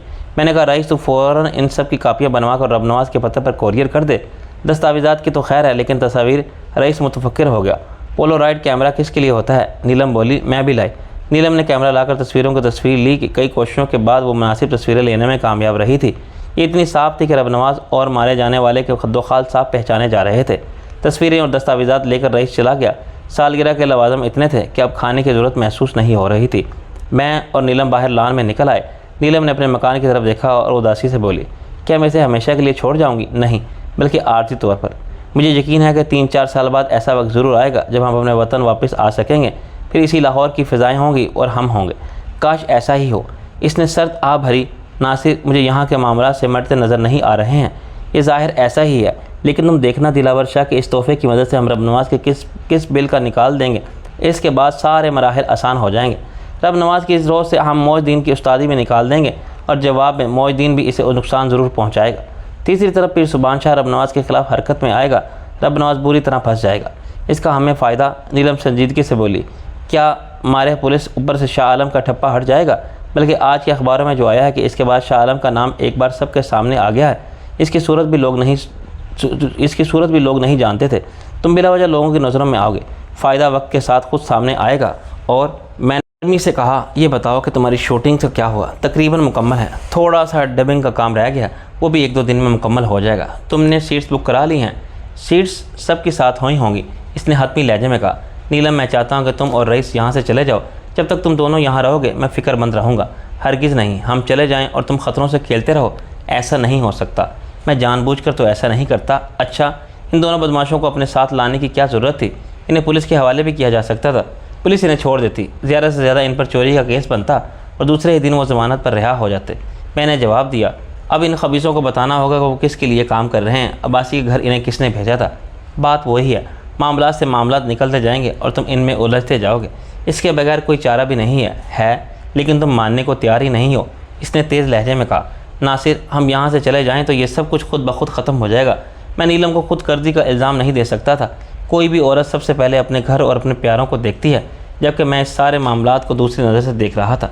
तब नवाज जैसे फ़िरौन के आगे से हटकर फ़रार हो जाना मेरे नज़दीक परले दर्जे की बुज़दिली के साथ हक़ इनकार करने के बातिल को तस्लीम करना था। मेरे नबी सल्लल्लाहु अलैहि वसल्लम ने फरमाया कि बातिल जाने की चीज़ है और मुझे इस पर पूरा यकीन था। महज ज़ाहिरी ताकत देकर रबनवाज को मनमानी करने की छूट नहीं दी जा सकती थी। बेशक अक्सरियत रबनवाज जैसे लोगों से डरती है, लेकिन अफराद का एक गिरोह हर दौर में होता है जो बातिल को बातिल कहने से नहीं हिचकिचाता और जुल्म के खिलाफ डट जाता है। मैं चाहता था कि मेरा शुमार भी इसी गिरोह में हो। ये बात मैं नीलम को नहीं समझा सकता था। वो समझने के लिए तैयार ही नहीं थी। हम टहलते रहे और रईस का इंतज़ार करते रहे। वो 12 बजे के करीब आया और आते ही कुर्सी पर पड़ गया। कोई चाय पानी पूछ लिया करो। इसने नीलम से शिकवा किया और कहा, सॉरी, मैं अभी कहती हूँ। रईस के अंदाज़ पर नीलम ने जल्दी से माजरत कर ली तो मुझे हैरत हुई थी। इसके जाने के बाद रईस ने कहा, माफ़ करना यार, ज़रा इसे टहला रहा था। मैं कैटलॉग भी ले आया हूँ। इस हरामी सुबान शाह के आदमी पीछे लग गए थे। बड़ी मुश्किल से पीछा छुड़ाया है। इसने एक फ़ोल्डर मेरी तरफ बढ़ाया। इसके अंदर इन नवादरात के कंप्यूटर प्रिंट आर्ट्स थे जिन्हें मैं लंदन छोड़ आया था। ये तो तूने नेक काम किया, मैंने खुश होकर कहा। और दूसरे काम का क्या बना? कोरियर कर आया हूँ। उम्मीद है कि कल किसी वक्त रबनवाज को दिल का दौरा पड़ेगा। मैं हंसा। वो भी बेटे के बराबर में हॉस्पिटल पर जा लेटेगा। इस पर याद आया। रईस चौंक कर बोला, डॉक्टरों ने दिलनवाज का दाना पाँव टुकने से काट दिया था। इसमें जहर फैल गया था। गोया रबनवाज को थोड़ी सी सज़ा यूँ ही मिल गई। मैंने कहा। फिर रईस को समझाने लगा, इसे और नीलम को यहाँ से निकल जाना चाहिए। इसने मेरी बात से इत्तेफाक किया और बोला, मगर यार मसला ये है कि बिल्ली के गले में घंटी कौन बांधे? नीलम मानने के लिए तैयार नहीं है। इसके साथ तरकीब नंबर 2 इख्तियार करो। मैंने कहा, जो हम पहले ही तय कर चुके हैं। क्या तय कर चुके हैं? नीलम अचानक ही आकर बोली। वो खुद चाय लेकर आई थी। यही कि अब हमें लंदन चले जाना चाहिए। मैंने संजीदगी से कहा। रईस से मेरी इस पर बात हो रही थी। इसने चाय बनाकर मुझे और रईस को दी। ये बात तो मैं कब से कह रही हूँ, लेकिन तुम समझ ही नहीं रहे थे। मैं भी अब सोच रहा हूँ मेरी वजह से तुम लोग भी बिला वजह ख़तरे में हो, यानी तुम चलने को तैयार हो। नीलम खुश हो गई। हाँ भाई रईस, तू जल्द अज जल्द सीट्स बुक करा ले। मैंने ठंडी सांस ली। ये काम तो अभी हो जाएगा, नीलम बोली। इसने अपना मोबाइल उठाकर नंबर मिलाया। मोइन अहमद, मैं नीलम बात कर रही हूँ। हाँ, अल्लाह का शुक्र है। 3 सीट्स चाहिए, as soon as possible. London की? कब? 1 हफ्ते के बाद? नहीं, जल्द अज जल्द कोशिश करो किसी भी एयरलाइन की मिल जाए। मैं कुछ भी नहीं जानती। आप ये काम करके मुझे इन्फॉर्म करें। ओके। इसने फ़ोन बंद कर दिया। 3 दिन बाद की सीटें मिलने का इम्कान है। नीलम ने हमारी तरफ देखा। मेरा ख्याल है कि तैयारियां शुरू कर देनी चाहिए। एनी और इसके आने वाले बच्चे के लिए बहुत सारी शॉपिंग करनी है। खुदा के वास्ते नीलम, मैंने सर पकड़ लिया। मुझे तुम सुबह से शाम तक लेक्चर देती रही हो और शॉपिंग करने की बात कर रही हो। हम आम हालात में मुल्क छोड़कर नहीं जा रहे हैं कि मुल्क बल्कि अपने दुश्मनों से बचने के लिए फ़रार हो रहे हैं। हमें मोहतात रहने की ज़रूरत है। कोई भी गैर ज़रूरी कदम हमें परेशानी में डाल सकता है। नासिर दुरुस्त कह रहा है। अगर तुम्हारी शूटिंग का काम मुकम्मल हो गया है, बल्कि नहीं भी हुआ तब भी फ़िक्र की बात नहीं है। तुम बीमारी का कहकर मत जाओ और हम खामोशी से यहाँ से चले जाएंगे। रईस ने मेरी तायद की। बाबा जैसी तुम लोगों की मर्ज़ी, इसने हार मानने के अंदाज में कहा। चल यार, इन उस्ताद शागिर्द को भी देख आएँ। मैंने रईस से कहा। खिलाफ तवक्का नीलम ने मज़ामत नहीं की, अलबत्ता इतना कहा जल्दी आ जाना वरना मैं फ़िक्रमंद रहूँगी। नीलम के जाने के बाद मैंने कहा रईस अंदर से मेरा बेरेटा पिस्तौल और राइफ़ल भी ले आ। आजकल दुश्मन कुछ ज़्यादा सरगर्म हो रहा है। जाने के लिए मैंने वही जीप मुंतखब की जो रईस की कार के बदले ली थी। इसके सियाह शीशों के पीछे हमारी सूरतें नज़र नहीं आती थीं। किसी ने रास्ते में ताक़ुब करने की जहमत नहीं की थी। पार्टी गेट की गलियों में सन्नाटा छाया हुआ था। जीप हमने गली के किनारे पर रोक दी। दरवाज़ा खटखटाने पर चाचा भूत सामने आया था। जीरा ब्लेड भी जाग रहा था। इसने बज़ाहिर मुस्कुराकर और गर्मजोशी से हमारा इस्तकबाल किया था, लेकिन मैं महसूस किए बगैर ना रह सका कि इसके अंदाज में एक ढकी छुपी बेजारी थी। रईस ने इसे कहा था कि इन हरामियों को चुगला। उगलते कैसे नहीं? नज़ीर अहमद ने अपनी मूँछों को ताव दिया। आप पूछ कर देखें कैसा फरफर जवाब देंगे। दोनों इस तहखाने में दीवार के साथ जंजीरों से बंधे खड़े थे, बल्कि झूल रहे थे। इनके जिस्म पर सिर्फ ज़ेर जामे बाकी रह गए थे और पूरे जिस्म पर जा बजा तशद्दुद के निशानात थे। नज़ीर अहमद ने इसकी खासी खारत तवारद की थी, मगर मार से ज़्यादा मुसलसल खड़े रहने से इनकी हालत ख़राब थी। इनके हाथ सरों और ऊपर दीवार में गड़े कड़ों में बंधे थे और सीधे खड़े रहने पर मजबूर थे। एहतियातन मैंने और रईस ने इनके सामने आने से पहले अपने चेहरे छुपा लिए थे। वो हमें देखते ही रोने गिड़गिड़ाने लगे थे। खुदा के लिए हमें खोल दो, जो पूछोगे बताएंगे। फरीद अवासी के घर तुम्हें किसने भेजा था? हम इसका नाम नहीं जानते। इसने सामने आए बगैर 50,000 रुपये दिए थे और बकिया काम के बाद देने को कहा था। काम क्या था? उस्ताद ज़रा देर के लिए हिचकिचाया। हमें कहा गया था कि घर में मौजूद खूबसूरत सी औरत के साथ ज्यादती करके इसे कत्ल करना है। मैंने पूरी ताकत से इसके मुंह पर थप्पड़ मारा। बड़ा मर्दों वाला काम करना था। मैंने तंज किया, और ये क्या बकवास है? तुम अपने बाप पर एतबार ना करो, किसी नामालूम शख्स पर कैसे एतबार करोगे? तुम इसके बारे में जानते हो। मैंने इसके बाल जकड़ लिए। मुझे नहीं मालूम, वो कराने लगा। मालूम है। मैंने इसका सर दीवार से दे मारा। इसने भयानक चीख मारी। मैंने दोबारा सर दीवार पर मारा। मेरे दिल में इसके लिए कतई रहम नहीं था। इसने रक्षी के साथ 10 तराजी की थी। बचाने वाली ज़ात तो अल्लाह की है। इसने मुझे वसीला बनाकर भेज दिया, वरना यह जलील शख्स रक्षी को बेआबरू करके मार चुका होता। मैं एक जुनून के आलम में इसका सर दीवार से टकराने लगा। बोल हरामजादे, किसने भेजा था तुझे? रईस ने मुझे पीछे खींचा। क्या मारेगा इसे? इतनी देर में इसका सर फट गया था और खून बहकर इसके शाने तक आ रहा था, लेकिन वह सच जान शख्स था। होश में था और हथकड़ी से बंधा हुआ झूल रहा था। शागिर्द इतना दहशतज़दा था कि इसकी निकर गिली हो गई थी। मैं इसकी तरफ बढ़ा तो वह गिड़गिड़ाने लगा। खुदा की कसम, मुझे कुछ नहीं मालूम। ये हरामी साथ लाया था मुझे, तो इसका पिल्ला है। मैंने इसके सीने पर लात रसीद की। इसकी पसली टूट गई। मुझे रक्षी की 9 नंबर मुलाजमा के बारे में इसका तबसरा याद था। मेरा दिल चाह रहा था कि इन दोनों नामर्दों को इस काबिल ही ना छोड़ूं कि ये औरतों पर जुल्म कर सके। अचानक मुझे ख्याल आया और मैंने जीरा ब्लेड से कहा कि कटर प्लास है तो लेकर आओ। अभी लाया। वो ऊपर चला गया। तुम जैसे ज़ंखे अपनी मर्दानगी के ज़म में कमज़ोर औरतों पर जुल्म ढाते हो, मैं तुम्हें इस काबिल ही नहीं छोड़ूंगा कि आइंदा किसी औरत की तरफ आंख उठाकर भी देख सको। मैंने धाड़ कर कहा। उस्ताद और शागिर्द के चेहरे जद पड़ गए थे। वो मेरा मकसद अच्छी तरह समझ रहे थे। इन्होंने एक बार फिर रोना गिड़गिड़ाना शुरू कर दिया था। मैंने कोई तवज्जो नहीं दी। चाचा भूत को आवाज़ दी और जब वो नीचे आया तो मैं इनसे इनके अंडरवेयर्स भी उतारने का हुक्म दिया। इसने हुक्म की तामील की और वापस चला गया। अब इन्हें यकीन आ गया था कि हम अपने अज़ाम में संजीदा हों। इनके रोने चिल्लाने में शिद्दत आ गई थी। जैसे ही जीरा ब्लेड ने कटर प्लास के हमरा नीचे कदम रखा और इनकी हिम्मत जवाब देगी। उस्ताद ने कहा, खुदा के लिए मैं बताता हूँ, मुझे माफ़ कर दो। आइंदा मैं किसी औरत की तरफ आंख उठाकर भी नहीं देखूंगा। मैंने सफाकाना अंदाज में हंसा।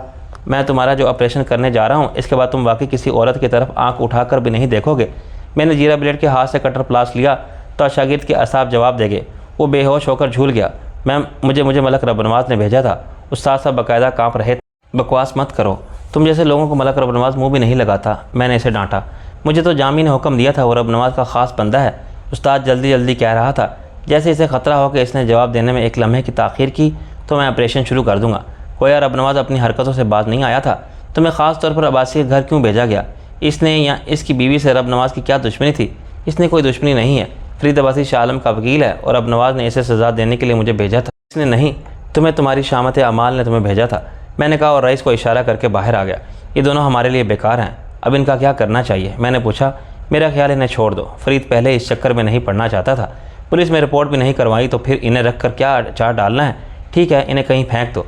रईस ने जीरा ब्लेड की मदद से इन्हें जीप तक पहुंचाया और हमने इन्हें एक पार्क के किनारे जीप से बाहर धक्का दे दिया। इनके हाथ पैर बंधे थे और आंखों के ऊपर कपड़ा चढ़ा था। मैंने इनसे कहा, अपने बाप से कह देना कि बहुत जल्द इसका सारा दमखम निकल जाएगा और वह शाह आलम के तलवे चाटने के लिए तैयार होगा। रात के 3 बज रहे थे। सारे दिन की भाग दौड़ जिस्म पर असर कर रही थी। मुझे शिद्दत से नींद आ रही थी। मैं सीट पर बैठे बैठे ऊँग गया था। हत्ता कि नीलम हाउस आ गया। मैं बिस्तर पर लेटते ही सो गया था। सुबह रईस ने मुझे झंझोड़ कर उठाया। इसके चेहरे पर परेशानी थी। क्या हुआ, खैरियत तो है? मैंने जमाई ली। खैरियत नहीं है। कल रात 9 बजे कुछ लोगों ने फरीद और रक्षे के घर पर हमला करके इसे आतिशगीर बमों से आग लगा दी। इसने अखबार मेरी तरफ बढ़ाया दिया। इसमें फरीद अब्बासी के जले हुए घर की तस्वीर थी। कल तक ये खूबसूरत मकान था जो अब जले हुए मलबे का टूटा फूटा ढेर बन गया था। मैं चंद लम्हे के लिए गुमसुम रह गया था। बेशक मामूली सा सही, लेकिन रक्षी और अब्बासी ने कितने चाव से इस घर को आबाद किया था, इसको खूबसूरत बनाया था और सजाया संवारा था। बेशुमार चीज़ें लाए थे वो घर। इनकी मोहब्बतों और कुर्बतों का अमीन था। इनके लिए साया था और चंद हवस परस्तों ने इस लम्हों में राख बना दिया था। इस ताल के शदीद लहर ने मुझे लर्जा दिया था। हमारी ज़िंदगी रबनवाज के हाथ में खिलौना बनकर रह गई थी। वो जब चाहता जो चाहता कर गुजरता था और कोई इसे रोकने वाला नहीं था। हम लोग जवाब देने का सोच कर रह जाते थे और कभी इसे जवाब ना दे सके, बस अपना दिफा ही करते रहे। मैंने अखबार पर बिस्तर दे पर मैं मरा। रईस बहुत हो गई, अब पानी सर से ऊपर होता जा रहा है। सब्र मेरे यार, तड़प का पता अभी हमारे हाथ में है तो देखना कि रबनवाज कैसे घुटने टेकेगा। पर यार, इससे रक्षी और अब्बासी को इनका घर तो नहीं मिल जाएगा। इन्होंने कितनी मोहब्बत से ये आशियाना बनाया था। यार, मकान दोबारा बन जाते हैं। शुक्र करो कि रक्षी और अब्बासी घर पर नहीं थे। यह मकान तो रबनवाज फिर से बनवा कर देगा, बल्कि इससे दुगना हर्जाना वसूल किया जाएगा। तूने अच्छा याद दिलाया। रबनवाज जैसे लोगों की ताकत इनकी दौलत होती है। मैं इससे ये दौलत छीनना शुरू कर देता हूँ। मेरे जाने के बाद ये काम कोई और जारी रखेगा, हत्ता कि रबनवाज कंगाल हो जाएगा। अहमकाना बातें ना सोच यार, हमें बस अपना काम निकालना है। रईस बोला, चल उठकर नाश्ता कर ले। रक्षी और अब्बासी को वापस को पता चलेगा। ये खबर अखबार के मकामी सफ़े पर शाया हुई है। नीलम और रईस नाश्ता कर चुके थे और वो अपने मुस्तकबिल के मंसूबे बना रहे थे। नीलम का ख्याल था कि कोई ड्रामा प्रोड्यूस करेगी। इसने बरतानिया में रहने वाले पाकिस्तानी को बहुत करीब से देखा था। वो इनके मसाइल पर एक सीरियल बनाना चाहती थी। वो रईस से इस बारे में तबादला ख्याल कर रही थी कि मेरे ख्याल में ये बातें थी, लेकिन वक्त गुजारी के लिए इस पर बात करने में कोई हर्ज नहीं था। नाश्ते के दौरान मैं रबनवाज के जराइम पर गौर कर रहा था। वो इखलाकी और फौजदारी मुजरिम तो था ही, अब वो वतन दुश्मन भी निकल आया था। इसके भारतीयों से रवाबित थे, वो भी प्रोफेसर हाशिम रज़ा की तहकीकात के मामले में। साफ जाहिर था कि रबनवाज भारतीयों के हाथों इस अनोखी ईजाद को बेचना चाहता था। भारत एक मुसलमान तौर पर जंग पसंद मुल्क था, जिसकी बहुत बड़ी फ़ौज इसके बजट पर बहुत बड़ा बोझ भी थी। अगर इसे प्रोफेसर हाशिम रज़ा की तरह तहकीकात की मदद से लाली और जंबो जैसे नीम इंसान और नीम हैवान फ़ौजी मिल जाते तो इसकी जंगी क़ुव्वत बेपनाह पड़ जाती। ये फ़ौजी कम खर्च होते क्योंकि ये ना तो तनख्वाहें मांगते और ना ही इन्हें पेंशन देना पड़ती। मुमकिन है कि सारी फ़ौज न सही, लेकिन स्पेशल दस्ते ऐसे ही नीम इंसान नीम हैवान मखलूक बनाए जा सकते हैं जो ख़ास हालात में खिदमत अंजाम देते, ख़ास तौर पर ऐसे हालात में जो इंसान की बर्दाश्त से बाहर हों। क्या सोच रहे हो यार? रईस मेरे पास आ बैठा। क्या अब्बासी का घर जलने का सदमा है अब तक? नहीं यार, मैंने कहा। फिर इसे अपने ख्यालात से आगाह किया। वो भी मुतफक्किर नज़र आने लगा था। पर यार, हम क्या कर सकते हैं? हम तो इस मुल्क के बहुत आम से शहरी हैं। हमारे इख्तियार से ये मामला बाहर है। ये तो इन लोगों का काम है जिनको इस काम की तनख्वाह दी जाती है। काम की तनख्वाह? मेरे लहजे में तलखी आ गई थी। इनको अपने ही शहरियों के घरों में रात की तारीकी में छापे मारने से फुर्सत मिले तो कुछ और करें भी। पर भाई, हमारी भी कुछ जिम्मेदारी बनती है। अगर ऐसा मामला सामने आता है तो इससे नज़र चुरा कर गुजरना अमलन वतन फरोशों का साथ देने के मुतादिफ है, और मैं ऐसा नहीं कर सकता। फिर तो क्या करेगा? रईस ने तलखी से कहा। रबनवाज की कोठी पर तोप से हमला कर देगा और से माँ इसके हवारियों को उड़ा देगा। काम करने के बेशुमार रास्ते हैं। अभी तो पहले रबनवाज से बात करते हैं। इस वक्त तक इस मामले में भी कोई ना कोई तदबीर जहन में आ ही जाएगी। अब मेरा यहाँ रुकना और भी ज़रूरी हो गया है। नासिर, इन चक्करों में मत पड़। मेरा मशवरा है कि जिनका काम है इन्हें बता दे। अब ये उनकी मर्ज़ी है कि वो इस मामले में क्या करते हैं। रईस की बात भी काबिल गौर थी, मगर फ़िलवक्त मैं रात वाले पार्सल पर मलक रबनवाज का रद्दअमल जानना चाहता था। मैंने मोबाइल पर रबनवाज की कोठी का एक नंबर मिलाया। फ़ोन किसी मुलाजिम ने उठाया था। मैंने शाह आलम का हवाला देकर रबनवाज से बात करने को कहा। 1 मिनट बाद रबनवाज के बजाय इसकी बीवी लाइन पर थी। इससे मैंने पहले भी कई बार मिल चुका था। वो पढ़ी लिखी औरत थी। वो गालिबन किसी कॉलेज में पढ़ाती रही थी। इसे मलक रबनवाज की दूसरी बीवी होने का एजाज़ हासिल था और फ़िलवक्त रबनवाज इसके साथ रह रहा था। इसकी बाकी 3 बीवियाँ और भी थीं इसकी आबाई हवेली में। मलकानी का नाम शायद शाइस्ता था और तकरीबन 40 वर्ष की थी। खूबसूरत और गदाज बदन की औरत थी जिसने अब भी अपनी जवानी को संभाल कर रखा हुआ था। शाह आलम, तुम क्या चाहते हो? इसने बिला तमहीद कहा। मैंने मजाक में जवाब दिया, मैं तुम्हारे पीछे पागल हो रहा हूँ। रबनवाज तो यूं ही दरमियान में आ जाता है। शाह आलम, मैं मजाक के मूड में नहीं हूँ। रबनवाज इस वक्त हॉस्पिटल में है। तुमने जो भेजा था इसे देखकर इसको दिल का दौरा पड़ा था। दूसरा दौरा? मैं हंसा। शाइस्ता, ये शख्स तो गया, अब बेहतर होगा तुम अगले शोहर की तलाश कर दो। अगला शोहर? वो अजीब से अंदाज में हंसी। शाह आलम, जब मैं इस कोठी में आई थी तो बाहर की दुनिया से मेरे सारे रिश्ते मुनक़ता हो गए थे। अब मुझे तादम मर्ग इस हवेली में रहना है, चाहे रबनवाज ज़िंदा रहे या ना रहे। ये तो तुम्हारे हुस्न जवानी के साथ ज़्यादती होगी। इस बार मैंने संजीदगी से कहा। मेरी समझ में नहीं आता कि तुमने रबनवाज जैसे शख्स से शादी क्यों की, जबकि तुम्हें इससे कहीं बेहतर मिल सकते थे। ये तुम्हारे समझने की बात नहीं है। इसने रखाई से जवाब दिया, ये बताओ कि तुम चाहते क्या हो? अगर तुम मुझे चाहते हो तो मैं तुम्हारे पास आने के लिए तैयार हूँ। मुझे शौक लगा था। मेरी एक मजाक में कही बात को वो इतनी आसानी से मानने के लिए तैयार हो गई थी। वो इतनी बच्ची नहीं थी कि मेरी बात का मतलब ना समझती। इसका ख्याल था कि मैं शायद सचमुच इसके चक्कर में हूँ। इसमें कोई शुबा नहीं कि इस उम्र में हुस्न और शबाब का शाकार थी और अंदाज़ा लगाया जा सकता था कि नौजवानी में वो क्या क़यामत रही होगी। मलक रबनवाज ने ऐसे इसे अपनी चौथी बीवी नहीं बनाया होगा। अब कि तुम मजाक कर रही हो? मैंने कहा, नहीं, मैं संजीदा हूँ। अगर तुम मुझे हासिल करना चाहते हो तो मैं इस झगड़े को ख़त्म करने के लिए अभी इसी पर भी तैयार हूँ। तुम जहाँ कहो मैं चली आऊँगी। माफ़ करना, मैं सूरज से शायद बेवकूफ़ नज़र आता हूँ, मगर मैं नहीं जानता कि रबनवाज से तुम्हारी शादी एक जबर के तहत हुई थी। ऐसे शख्स की गुलो खलासी के लिए तुम अपनी आबरू की कुर्बानी दो, ये बात मेरे हलक से नहीं उतरती। असूलन तो तुम्हें खुश होना चाहिए था कि दुआ करनी चाहिए थी कि रबनवाज घर वापस ना आए, हॉस्पिटल से कब्रिस्तान की तरफ रवाना हो जाए। काश मैं ये दुआ कर सकती। शाला मेरे बच्चे अभी छोटे हैं, इन्हें बड़ा होने और अपना हक हासिल करने की उम्र तक पहुँचने के लिए अभी बाप के साए की ज़रूरत है। इसके लहजे में हसरत थी। मैं नहीं मान सकता। मैंने ईमानदारी से कहा, तुम्हारी इस पेशकश के पीछे कोई चक्कर है। कोई भी औरत इतनी आसानी से अपनी आबरू, इस कोठी में आकर मैं लफ्ज़ आबरू का मफहूम भूल चुकी हूँ। इसने मेरी बात काट कर कहा, तुम आओ बात करो। मैं शाम 4 बजे शेजान में तुम्हारा इंतज़ार करूँगी। किस फैमिली कैबिन में काउंटर से मेरा नाम लेकर पूछ लेना। इसने जवाब का इंतज़ार किए बगैर फ़ोन बंद कर दिया। रईस पास ही खड़ा मेरी बातें सुन रहा था। इसने कहा, तुम मलक की बीवी से बात कर रहा था? ये क्या चक्कर चला रही है? मैंने रईस को तफसील से सारी गुफ्तगू से आगाह किया। इसने फ़ौरन कहा, नासिर, ये बहुत हराफा औरत है। इसने तेरे लिए कोई जाल बिछाया है। इस मलक रबनवाज से कम ना समझ। कोई औरत इतनी आसानी से ख़ुद को अपने शोहर के बदतरीन दुश्मन के हवाले करने पर आमादा नहीं होती। ये मेरे बात मेरे जहन में है, लेकिन मैं इसकी पेशकश को नज़रअंदाज भी नहीं कर सकता। इसकी मदद से हमें अंदर की बहुत सारी बातें मालूम हो सकती हैं। वो इतनी अहमक औरत नहीं है कि अपने शोहर के राज तुझे बता दे। रईस भुनाकर बोला, मैं तुझे हरगिज़ इसका मशवरा नहीं दूंगा। चल यार, जैसी तेरी खुशी। मैंने हंसकर कहा, मैं इस चक्करबाज औरत के चक्कर में नहीं आऊँगा, मगर यार रबनवाज तो हॉस्पिटल जा लेटा है। अब हम क्या करें और कैसे मजबूर करें? वो सारी उम्र तो हॉस्पिटल में नहीं लेटा रहेगा, और यह भी मुमकिन है कि वो औरत झूठ बोल रही हो। रबनवाज इतना कमज़ोर नहीं है कि चंद तस्वीरें देखकर इसे दिल का दौरा पड़ जाए। पहले इसकी तस्दीक ज़रूरी है कि रबनवाज को वाकई दिल का दौरा पड़ा है या वो मकर कर रही है। ये कौन सा मसला है? तो किसी भी फर्जी नाम से रबनवाज से बात करने की कोशिश कर, तुझे मालूम हो जाएगा। रईस ने नफी सर हिलाया। वो बेहद चालाक लोग हैं। अगर इन्होंने ये धोखा किया है तो पक्का काम किया होगा, और यह भी मुमकिन है कि रबनवाज को सचमुच किसी हॉस्पिटल में दाखिल करा दिया होगा। रईस की बात काबिल गौर थी। वाकई रबनवाज जैसे मक्कार से कुछ बाईद नहीं था। वो अपनी बीवी को भी इस्तेमाल कर सकता था। तस्वीरें और दस्तावेजी सबूत देखकर इसके होश उड़ गए होंगे, और वो हर कीमत पर मुझे घेरने पर मिल गया होगा। अब वो हर कीमत पर मुझे घेरने पर तुल गया होगा, क्योंकि इसके सर पर तलवार की तरह लटकने वाले ये सबूत मेरे ही कब्ज़े में थे।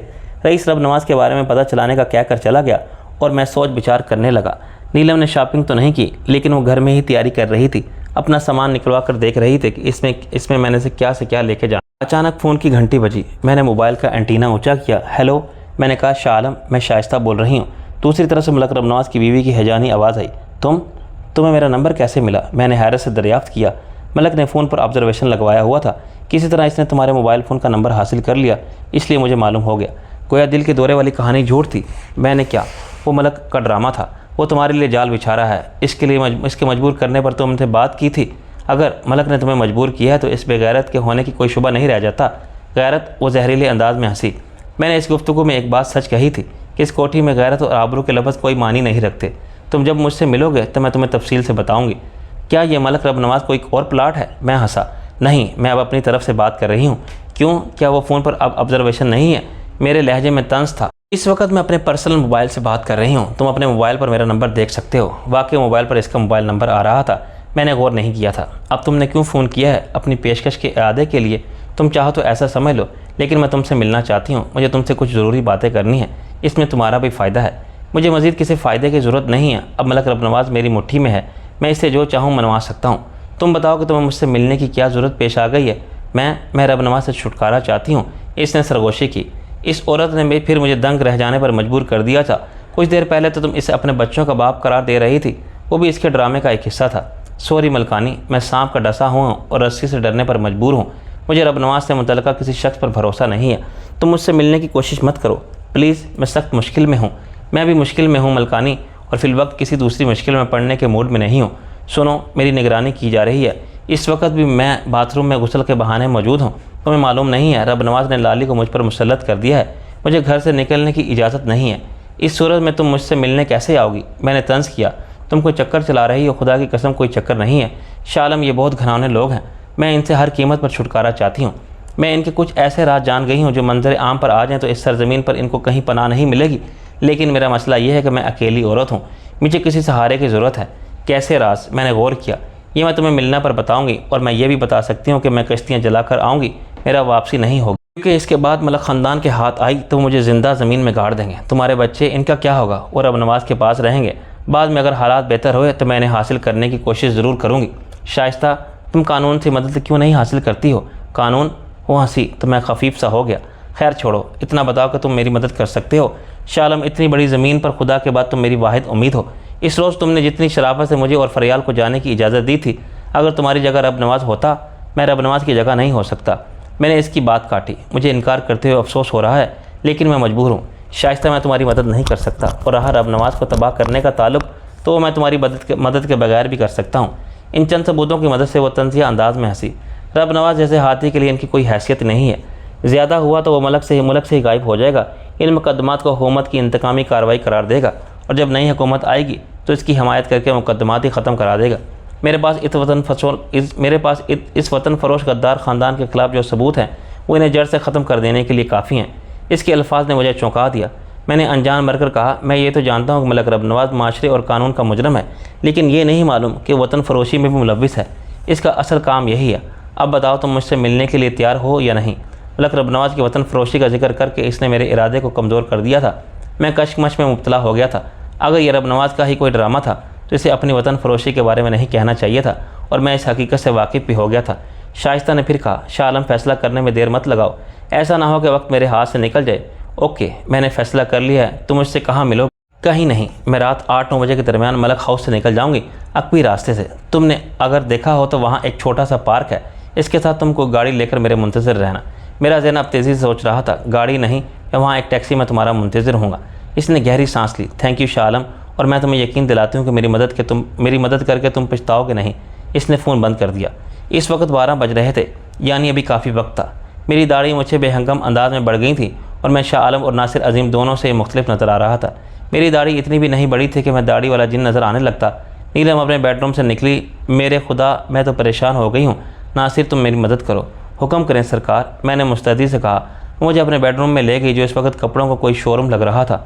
चारों तरफ बिला मुबालगा सैकड़ों सूट बिखरे हुए थे, और कोई दर्जन भर सूटकेस खुले हुए थे। ये सब क्या है? मैं दंग रह गया।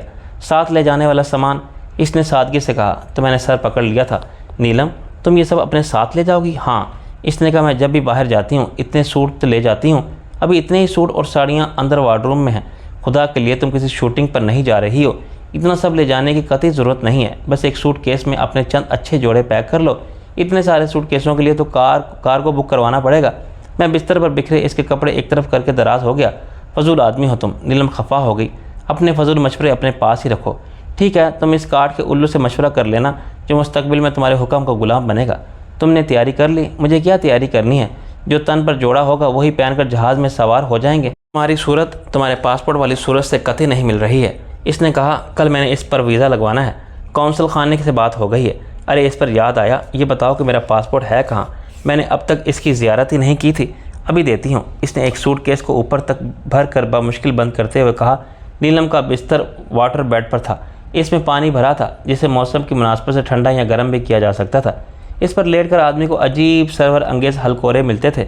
मैं आंख बंद करके इन हलकोरों से लुत्फ़ अंदोज़ हो रहा था कि मुझे अपने पास महकते वजूद का एहसास हुआ।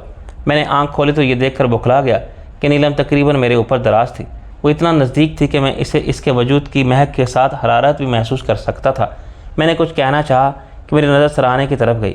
नीलम ने बिस्तर के अकवी हिस्से में लकड़ी की टेक के साथ एक खुफिया खाना खोल रखा था और इसमें से कुछ निकाल रही थी। ये रहा तुम्हारा पासपोर्ट और दीगर कागजात। वो कह रही थी। मैंने सुकून का सांस लिया ही था कि बेडरूम का दरवाज़ा खुला और रईस का चेहरा नज़र आया। नीलम को मेरे इतना करीब देखकर इसके चेहरे पर अजीब से तासुरात नमूदार हुए। नीलम को इसके आने की खबर ही ना हो सकी थी। वो अपनी धुन में बोले जा रही थी। वो बता रही थी कि इसने इस खाने में क्या क्या छुपा रखा है। रईस की आंखों में रंज और बेयकीनी की कैफियत नज़र आ रही थी। इस लम्हे नीलम को एहसास हो गया कि मैं बिल्कुल खामोश हूँ। इसने खाना बंद किया और पीछे हटकर पासपोर्ट मुझे थमा दिया। फिर इसने दरवाजे पर खड़े रईस को देख लिया। अरे, तुम इतनी खामोशी से आए? नीलम बोली। मुझे पता नहीं चला। हाँ, मुझे इतने खामोशी से नहीं आना चाहिए था, इसने तल्खी से कहा और अंदर आ गया। मैं सूरत हाल में बिलावजह शर्मिंदा हो रहा था। हालांकि मेरा कसूर नहीं था। कसूर नीलम का भी नहीं था। अपनी ज़ात के हवाले से इसने मुझे कभी मर्द नहीं समझा था और इस वक्त भी वो मुझसे इस तरह पेश आई थी। इसे शायद एहसास भी नहीं हुआ था कि वो इतनी देर तक अपने नर्म व नाज़िम बोझ के साथ मुझ पर सवार हो रही थी। ये बात मैंने महसूस की और मुझसे ज़्यादा रईस ने। रईस बहरहाल एक मर्द था जो अपनी औरत को किसी के इतना नज़दीक नहीं देख सकता था, चाहे इससे औरत का कैसा ही रिश्ता क्यों ना हो। नीलम मामूल के अंदाज में बात करती रही और रईस हूँ हाँ करके जवाब देता रहा। मैंने सोचा कि अगर फौरी तौर पर रईस की गलतफहमी दूर ना की गई तो बात ख़राब हो सकती है। मैंने बिस्तर से उठते ही रईस से कहा, चल यार, इसकी तो पैकिंग कभी ख़त्म नहीं होगी। मैं इसे लिविंग रूम में ले गया। रईस बदस्तूर खामोश था। मैंने कहा, तुझे बुरा लगा ना नीलम को मेरे इतना पास देख कर? अपन बुरा मनाने वाले लोग नहीं हैं। वो पुराने अंदाज में बोला, अपनी इतनी औकात ही नहीं है। मैंने दुखी नज़रों से इसे देखा। यार, तुझे क्या नीलम और मुझ पर इतना भी एतमाद नहीं है? हालांकि तूने खुद देख लिया था कि वो क्या कर रही थी। यार, मेरे मामले में से कतई एहसास नहीं होता कि वो एक जवान और हसीन औरत है और मैं मर्द हूँ। वो मुझे बिल्कुल बेटे या भाई की तरह समझती है। मैंने तुझ पर शक नहीं किया और ना ही नीलम पर। रईस किस कदर शर्मिंदा हो गया था। मैं जानता हूँ अंदर से तू रवायती मर्द है। अफसोस कि मुझे या नीलम को ये ख्याल नहीं आया। बहरहाल अब मैं मोहतात रहूँगा। मैंने कहा, बस यार, और शर्मिंदा ना कर। रईस उठकर मुझसे लिपट गया। कसम अल्लाह की, इस दुनिया में तुम दोनों के सिवा मेरा है ही कौन? अगर तुम भी नाराज़ हो गए तो लानत हो मुझ पर। मैंने अल्लाह का शुक्र अदा किया कि रईस का दिल तो साफ़ हुआ। इसने बताया कि रब नवाज़ को दिल का दौरा नहीं पड़ा, वो अपनी ही कोठी में है। मैंने इसे मलकानी के फ़ोन के बारे में बताया तो पहले तो वो हैरान रह गया। फिर इसने कहा, मुझे इसमें भी कोई चाल लगती है। इसका हल मेरे जहन में है।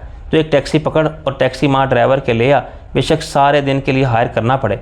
इसे बता दे कि वो रात 8 बजे रब नवाज़ की कोठी के अकब में वाक़ पार्क के पास टैक्सी लाकर खड़ी कर देगा। वहाँ एक औरत आएगी, वो शाह आलम के बारे में पूछे तो इसे लेकर शेजान तक आ जाए। इसने सर हिलाया। मैं समझ गया कि लेकिन दूसरी टैक्सी किस लिए? इसमें हम जाएंगे। मैंने जवाब दिया, हम दूर से निगरानी करेंगे और अगर मलकानी कोठी से निकली और टैक्सी में आकर बैठी तो हम देखेंगे कोई इसका ताक़ुब तो नहीं कर रहा। अगर मुझे इत्मीनान हो गया तो हम मलकानी को अपनी टैक्सी में मुंतकिल कर लेंगे। लेकिन इसे रखेंगे कहाँ? रईस ने पूछा तो मुझे वो बंगला याद आ गया जो शबनम ने दफ्तर के तौर पर मुंतखब किया। इसे शानदार तरीके से डेकोरेट कराया था। वो दफ्तर अब तक दुश्मनों की नज़रों से महफूज था। इस बंगले की चाबियाँ भी नीलम के पास थीं। मसला यह था कि मैं नीलम से चाबी मांगता तो वो सवाल करती और शक करती कि मैं फिर किसी चक्कर में हूँ। इसे मुतमईन करना आसान काम नहीं था। दोपहर के खाने के बाद मैंने नीलम से कहा, मेरे दफ्तर की चाबियाँ तुम्हारे पास हैं, मुझे दो, क्या करोगे? इसने फ़ौरन कहा। मैंने संजीदगी से जवाब दिया, देखो नीलम, हमारे हालात अच्छे नहीं हैं और हमें इजाफी ठिकानों की ज़रूरत है तो दुश्मनों की नज़रों से महफूज हो। ये बंगला भी ऐसा ही एक खुफिया ठिकाना है। मैं महसूस करता हूँ कि मुसलसल नीलम हाउस में रहना दुरुस्त नहीं है। इससे तुम मुश्किल में पड़ जाओगी और मुमकिन है कि हमारी रवानगी भी मुश्किल में पड़ जाए। लिहाजा मैं ये 3-4 दिन किसी और जगह गुजारना चाहता हूँ। इससे पहले नीलम कुछ कहती, रईस ने मेरी तायद कर दी। नासिर दुरुस्त कह रहा है, हमारा सारा इन्हिसार तुम पर है। अगर तुम किसी मुसीबत में पड़ गई तो मुश्किल हो जाएगी। हमारी बाहर रवानगी मुलतवी हो सकती है या इसमें ताख़ीर हो सकती है। नीलम ने बेबसी से हमें देखा। अगर तुम दोनों कोई चक्कर चला रहे हो तो मैं कह नहीं सकती। इसने चाबियाँ मुझे ला दी, लेकिन अब नहीं, तुम रात को जाना। रात को? नीलम, वहाँ जाकर देखना है। ज़रूरत की कुछ अशिया भी चाहिए होंगी, ज़रा सफाई सुथराई भी करना होगी। रात को ये सब नहीं हो सकेगा। ओके, शाम को जाना। इससे पहले मिलना हिलना मत। नीलम ने वार्निंग दी। मैंने सादतमंदी से सर हिलाया। रईस के बाहर जाने पर कोई पाबंदी नहीं थी, लिहाजा वो खाने के बाद चुपके से खिसक लिया। नीलम थक गई थी, इसलिए आराम करने चली गई। नीलम हाउस के अकबी हिस्से में नीलम ने शानदार किस्म का स्विमिंग पूल बनवा रखा था, जिसके गिर्द 4 दीवारी थी और अंदर मुख्तसर सा बाग था। जाहिर है इसमें नीलम तैराकी का शौक़ पूरा करती थी। हल्के नीले टाइलों से बने इस स्विमिंग पूल की कुछ शक्ल दिल की तरह थी। दिल की नोक वाले हिस्से में पोल की सीढ़ियाँ लगी थी। मैं वहाँ तैराकी करने चला आया। एक ज़माना था कि मैं बाकायदगी से स्विमिंग पूल पर जाया करता था। कभी मैं और चंदा पिकनिक मनाने रावी किनारे जाते थे तो मैं हमारे दरमियान स्विमिंग का मुकाबला भी हुआ करता था, जिसमें फ़तह अमूमन मेरी हुआ करती थी, क्योंकि बेचारी चंदा को पूरे लिबास में तैरना पड़ता था। और वक्त याद करके एक कसक महसूस करने लगा। ना जाने चंदा कब मेरे घर में चांदनी बखेरेगी, मगर मेरा घर था ही कहाँ। ना जाने मैं कितनी देर तक तैरता रहा। पोल में हवा से भरा एक गद्दा भी था। जब थक जाता तो इस पर लेट जाया करता। कभी मैं सांस रोक कर देर तक ज़ेरे आब रहता। एक बार जब मैं ऊपर उभरा तो नीलम को पोल के किनारे पानी में पाँव लटकाए बैठे पाया। ट्राउज़र इसकी शफाफ गुलाबी पिंडलियों तक चढ़ा हुआ था और वो पानी में पैर मार रही थी। अकेले अकेले मज़े हो रहे हैं, इसने शौकी से कहा। अकेला कहाँ हूँ? मैंने जो मानी बात की। सच्ची बात ही, जब मैं चंदा के बारे में सोचता था तो ख़ुद को अकेला महसूस नहीं करता था। मुझे बुला लिया होता, दोनों मिलकर तैरते। मुझे भी कितना अरसा हो गया स्विमिंग किए। 1 मिनट में अभी चेंज करके आती हूँ। वो उठने लगी। 1 मिनट नीलम, मैंने कहा और स्विमिंग पूल से बाहर आ गया। मैंने बाथरूम पहन लिया था। तुम किस नाते मेरे साथ स्विमिंग करना चाहती हो?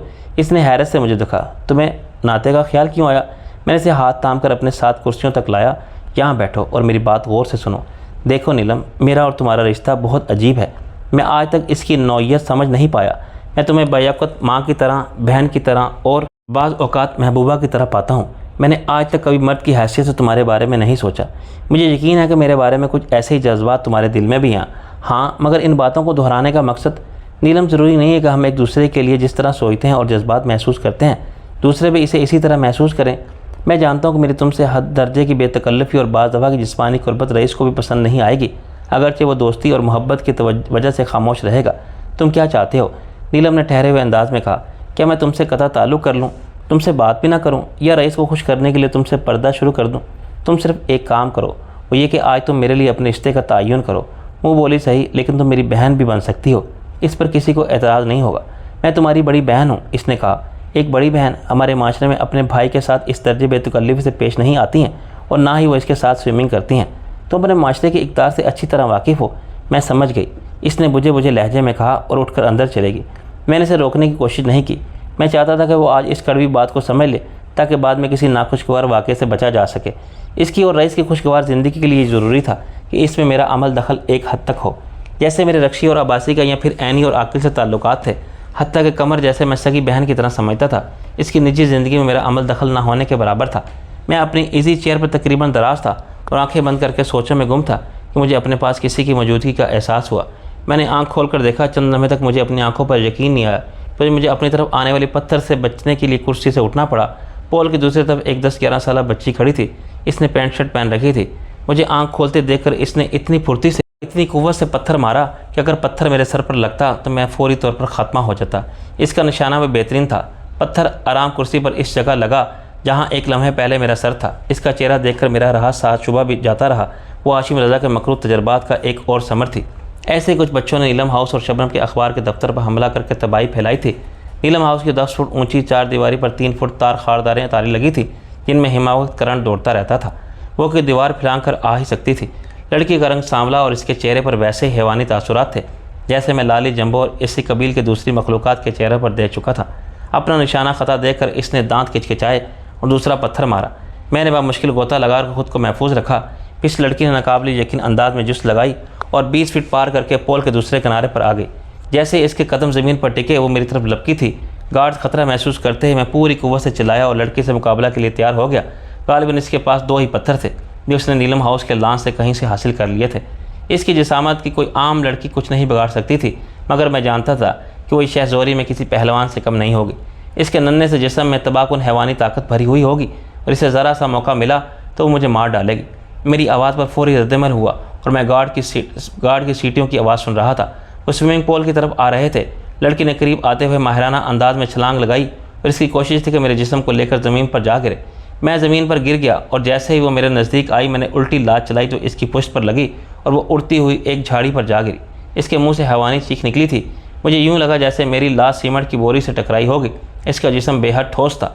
झाड़ी पर गिरते ही वो उछल कर दोबारा मेरी तरफ लपकी, जबकि अभी मैं ज़मीन से उठ ही रहा था। हर फ़न की तरह मार्शल आर्ट भी प्रैक्टिस मांगता है और मुझे अरसा हो गया था कि मैंने मखसूस एक्सरसाइज नहीं की थी।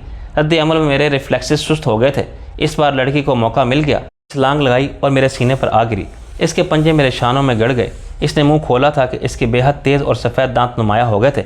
इसने मुंह मेरी गर्दन की तरफ बढ़ाया। अगर मुझे इसकी गर्दन पकड़ने में एक लम्हे की ताख़ीर हो जाती तो वो मुँह आकर मेरी शहरक दांतों से उधेड़ चुकी होती। इससे पहले कि मैं अपनी गिरफ्त मजबूर करके इसकी गर्दन तोड़ देता, इसने झटके से खुद को छुड़ा लिया और उछल कर पीछे हटी थी और मुझे उठने की मोहलत दिए बगैर दम से दोबारा मेरे सीने पर कूदी। इस दुबली पतली नज़र आने वाली लड़की का वज़न बेपनाह था। इसके वज़न से मेरी पसलियाँ हिलकर रह गई थी। इसने वहशियाना अंदाज में मेरा मुंह नोचने की कोशिश की। ख़ास तौर पर मेरी आंखें इसका निशाना थी। मैं एक बार फिर बाल बचा। चेहरा दाढ़ी की वजह से इसके नाखूनों से महफूज रहा था, जो किसी बंदरिया के नाखून से कम तेज़ नहीं थे। मैंने पूरी कुव्वत से इसके सीने पर मुक्का मारा, लेकिन एक तो वो बेहद नज़दीक थी, दूसरे में लेटा हुआ था। मुक्का ज़्यादा मौसर नहीं था, लेकिन इतना ज़रूर हुआ कि वो ज़रा सा पीछे हट गई। मैंने मौका से फ़ायदा उठाकर करवट ली और इसे दूर उछाल दिया, मगर ज़मीन पर गिरते ही वो स्प्रिंग की तरह बल खाकर मेरी तरफ वापस आई। इस बार मैं इसके इस्तकबाल के लिए तैयार था। मैंने पूरी कुव्वत से पैर जोड़ते हुए इसके पेट पर मारे। वो हवा में उड़ती मेरी तरफ आ रही थी, इसलिए तसादम की कुव्वत दोगुनी हो गई। इस बार इसके मुंह से भयानक चीख निकली थी। वो उछल कर स्विमिंग पूल में जा गिरी। मैं तेज़ी से अपने कदमों पर खड़ा हुआ। इस लम्हे 2 सिक्योरिटी गार्ड दौड़ते हुए बाग में दाखिल हुए। इनके हाथ में खुद कार राइफलें थी। मैंने स्विमिंग पूल की तरफ इशारा किया, इसे ज़िंदा पकड़ना है, मारना मत। मैं स्विमिंग पूल की तरफ बढ़ा। वो औंधे मुँह पानी में तैर रही थी, लेकिन वो तैर कहाँ रही थी, वो पानी में साकत थी, बल्कि पूल के पानी की हरकत के साथ इसका जिस्म हरकत कर रहा था। शायद चोट इसके लिए ख़तरनाक साबित हुई थी। मैंने इर्द गिर्द देखा, एक कोने में दरख्तों के जर्द पत्ते तोड़ने वाला एक वार बानस रखा था। इसकी लंबाई 12 फुट की थी। मैंने इसे उठाया और लड़की के लिबास में इसका हुक्म फंसाते हुए इसके किनारे की तरफ खींच लिया। मेरे जहन में ये बात थी कि मकर ना कर रही हो। मैंने इसे बाहर खींचा, गार्ड को मोहतात रहने को कहा। इस इस्ना में नीलम भी वहाँ आ गई थी। मैंने इसे दूर रहने को कहा। लड़की की सांस बज़ाहिर रुकी हुई थी, लेकिन नहीं, वो बहुत आहिस्ता सांस ले रही थी और इसकी नब्ज़ भी रुक रुक कर चल रही थी। बिलाशुबा इसकी हालत ख़राब थी। मैंने एम्बुलेंस मंगवाने को कहा और इसका पेट दबाकर पानी निकालने की कोशिश की, लेकिन पानी वहाँ नहीं था। गालिबन वो जब पानी में गिरी थी तो इसकी सांस रुक गई थी। नीलम वापसी अंदर चली गई। एक गार्ड लड़की को उठाकर अंदर ले गया। इसे लिविंग रूम में कालीन पर लिटा दिया गया। वो बेहद कम उम्र थी। मेरे अंदाजे के मुताबिक इसकी उम्र 2 साल से ज़्यादा नहीं थी, लेकिन इसकी बढ़ोतरी हैवानी थी। जिस तरह बंदरियाँ बनमानस चंद साल में बलोगत की उम्र को पहुँच जाते हैं, इसी तरह ये लड़की बेहद तेज़ी से बढ़ रही थी। 20 मिनट बाद एम्बुलेंस सायरन बजाती नीलम हाउस में दाखिल हुई। मैंने लड़की के साथ एक गार्ड को भी भेज दिया। मुझे इस पहली वाली लड़की की लाश याद थी जो हॉस्पिटल से गायब कर दी गई थी। इसी इस्ना में नीलम ने पुलिस को इत्तला कर दी थी और न जाने सहाफ़ियों को कैसे मालूम हो गया था। इन्होंने अलग यलगार कर दी। रईस 5 बजे लौट आया था। इसने आकर मुझे बताया कि सारा बंदोबस्त हो गया है। दूसरा टैक्सी वाला भरोसे का आदमी था। एक ज़माने में वो चाचा पतंगबाज की टोली में शामिल था, अब टैक्सी चला रहा है। दूसरी टैक्सी भी इसी की थी, जिसे इसने किराए पर दे रखा था। रईस की खातिर इसने ये टैक्सी ड्राइवर से ले ली थी। टैक्सी में ले आया हूँ। नीलम हाउस से कुछ दूर खड़ी है, लेकिन तो बाहर कैसे निकलेगा? प्रेस वालों ने चारों तरफ से घेरा डाल रखा है। कल अखबारात में तेरी तस्वीर होगी। रईस ने तशवीश से कहा। यार, अब मुझे नीलम हाउस में ख़तरा महसूस होने लगा है। आखिर रब नवाज ने इस लड़की को यहाँ ही क्यों भेजा? कैसे शुबा हो गया कि शालम यहाँ छुपा है? वो तो शुक्र है कि लड़की पकड़ी गई, वरना वो वापस जाकर अपने आकाओं को रिपोर्ट कर दे चुकी होती। मेरा फौरी तौर पर यहाँ से निकल जाना ज़रूरी है। वही तो मैं कह रहा हूँ कि कैसे। रईस झंझलाया। मुझे भेस बदलना होगा, ऐसे भेस जिसमें मुझे शाह आलम के तौर पर शनाख्त ना कर सके। मसलन कैसा भेस? तो मुझे कोई देहाती टाइप का लिबास ला दे, यानी कुर्ता और लाचा। हाँ, आँख पर लगाने वाली वो ऐनक जिसके शीशे गोल होते हैं, वो तो शायद घर में ही मिल जाए। पर तू इतना नहीं बदलेगा कि देखने वाली आँख तुझे पहचान न सके। ख़ास तौर से अगर हजूम में दुश्मन भी हुए। फिर मैं किसी गाड़ी की डिक्की में छुप कर निकल जाता हूँ, ये बेहतर रहेगा। अब तो तैयार हो जा, वक्त नहीं है। असला भी साथ ले लेना। रईस चला गया तो मैंने कपड़े बदले। एक आम सा जोड़ा लिया, नीले रंग की पतलून और ऊपर हल्की जर्सी, जैसे कि गुलाबी झाड़ों में पहनी जाती थी। मैंने दरमियान से मांग निकाली। दोनों तरफ से बाल खासे बड़े हो गए थे। मेरे पास रबर के 2 पैड थे जो मुझे ईसा भाई ने दिए थे। इन्होंने गालों में दबाने से चेहरा और भरा भरा नज़र आने लगा था। मजमूई तौर पर मेरे हुलिये में खासी तब्दीली आई थी, लेकिन मुझे कुछ फहमी हरगिज़ नहीं थे कि दुश्मन मुझे शनाख्त नहीं कर सकेंगे। अलबत्ता आम लोगों या पुलिस वालों में खासी हद तक महफूज होता, बशर्त ये कि मुझे शालम समझ कर पहचानने की कोशिश ना करता। रईस ने आकर मुझे बताया कि गाड़ी तैयार है। मैं जाने लगा तो नीलम भी पीछे आई। अपना ख्याल रखना और मोबाइल पर मुझसे रब्ता रखना। मैं रईस को साथ ले जा रहा हूँ, क्योंकि दुश्मन इसके और मेरे ताल्लुक़ से वाकिफ़ हो गए हैं। अगर ये नीलम हाउस में नज़र आया तो दुश्मनों के अंदाजे की तस्दीक हो जाएगी। नीलम उदास हो गई थी। मैं अकेली रह जाऊँगी। इसके अंदाज में ऐसी कोई बात नहीं थी जिससे इसकी नाराज़गी का पता चलता। नीलम एक समझदार औरत थी। ज़माने के सारे सर्द गर्म सह चुकी थी। फिल्म इंडस्ट्री में इसे भांत भांत के लोगों से वास्ता पड़ा था और वो दूसरों की नफ्सियात खूब समझती थी। लिहाजा इसे मेरी बात समझने में दुश्वारी पेश नहीं आई थी और इसने इसे कबूल भी कर लिया था। 2-3 दिन की बात है, फिर हम लंदन के लिए रवाना हो जाएंगे। रईस ने इसे तसल्ली दी। कार पोच में एक बड़ी मर्सिडीज़ खड़ी थी। इसकी डिक्की में दोनों ही समा सकते थे। अच्छी बात यह है कि इसकी डिक्की अंदर से भी खोली जा सकती थी। डिक्की में समाने से पहले रईस ने नीलम का हाथ में लेकर दबाया। मैं मुस्कुराया और डिक्की बंद हो गई। ड्राइवर पुराना आदमी था और नीलम को इस पर पूरा भरोसा था। इसने एक बार नीलम को बचाया था। स्टूडियो से वापसी पर नीलम के चंद बदतमीज़ मदाहों ने इसे सड़क पर रोक लिया था और फिर इसे ज़बरदस्ती साथ ले जाने की कोशिश की थी। इस मौका पर ड्राइवर ने मज़ाहमत की। इसने मार भी खाई, लेकिन इन बदमाशों की राह में रुकावट बन गई। इस इस्ना में एक पुलिस मोबाइल वहाँ आ गई, जिसे देखकर वो बदमाश 9-2-11 हो गए। ड्राइवर गुल खान खासा ज़ख्मी हुआ था। इसका सर फट गया था। इस वाक़े के बाद से वो गुल खान पर बेपनाह एतमाद करने लगी थी और सारे अहम काम इसके सपुर्द करती थी। हमें डिक्की में बंद करके गुल खान ने गाड़ी स्टार्ट की और नीलम हाउस से बाहर निकल आया। मैं डिक्की की एक झरी से बाहर देख रहा था। हमारे पीछे कोई नहीं था, मगर फ़ौरन ही मैंने सड़क के किनारे खड़ी एक नीली डाज को तेज़ी से मर्सिडीज़ के ताक़ुब में आते देखा। इसकी फ्रंट सीट पर एक फ़र्द बैठा था और मुझे शुबा था कि पिछली नशिस्त पर भी कोई बैठा था। मैंने कहा, रईस होशियार, कुछ लोग हमारे ताक़ुब में आ रहे हैं। डिक्की कितनी ही कुशादा सही, लेकिन हम दोनों आज़ादी से हरकत नहीं कर सकते थे। गालिबन गुल खान को भी ताक़ुब का पता चल गया था। इसने कार की रफ्तार तेज़ कर दी। डाज रफ्तार में मर्सिडीज़ बेहतर नहीं थी और इससे कम भी नहीं थी। दूसरे, वो हल्की और छोटी होने की वजह से आसानी से मोड़ काट रही थी। मैंने पहले गुलखान से कह दिया था कि ताक़ुब की सूरत में कार किसी कुशादा सड़क वाले रिहायशी इलाके की तरफ मोड़ ले। ट्रैफिक में जहाज़ी साइज़ मर्सिडीज़ भी फंस कर रह जाती है, मगर डॉज तेज़ी से नज़दीक आ रही थी। अचानक मैंने फ्रंट सीट पर बैठे शख्स का हाथ खिड़की से बाहर आते देखा। फ़िज़ा धमाके से लर्जा ही था। वो मर्सिडीज़ के टायरों को निशाना बनाने की कोशिश कर रहा था और डिक्के में हमारी जान खतरे में पड़ गई थी। कोई भी भोली भटकी गोली हमारा काम तमाम कर सकती थी। फिर तो इसने मुतवातिर फायर किए। एक गोली अकबे शीशे पर लगी थी, मगर गुलखान ने रफ्तार कम नहीं की। रईस, यूँ तो हम मारे जाएंगे, मैंने तशवीश ज़ाहिर की।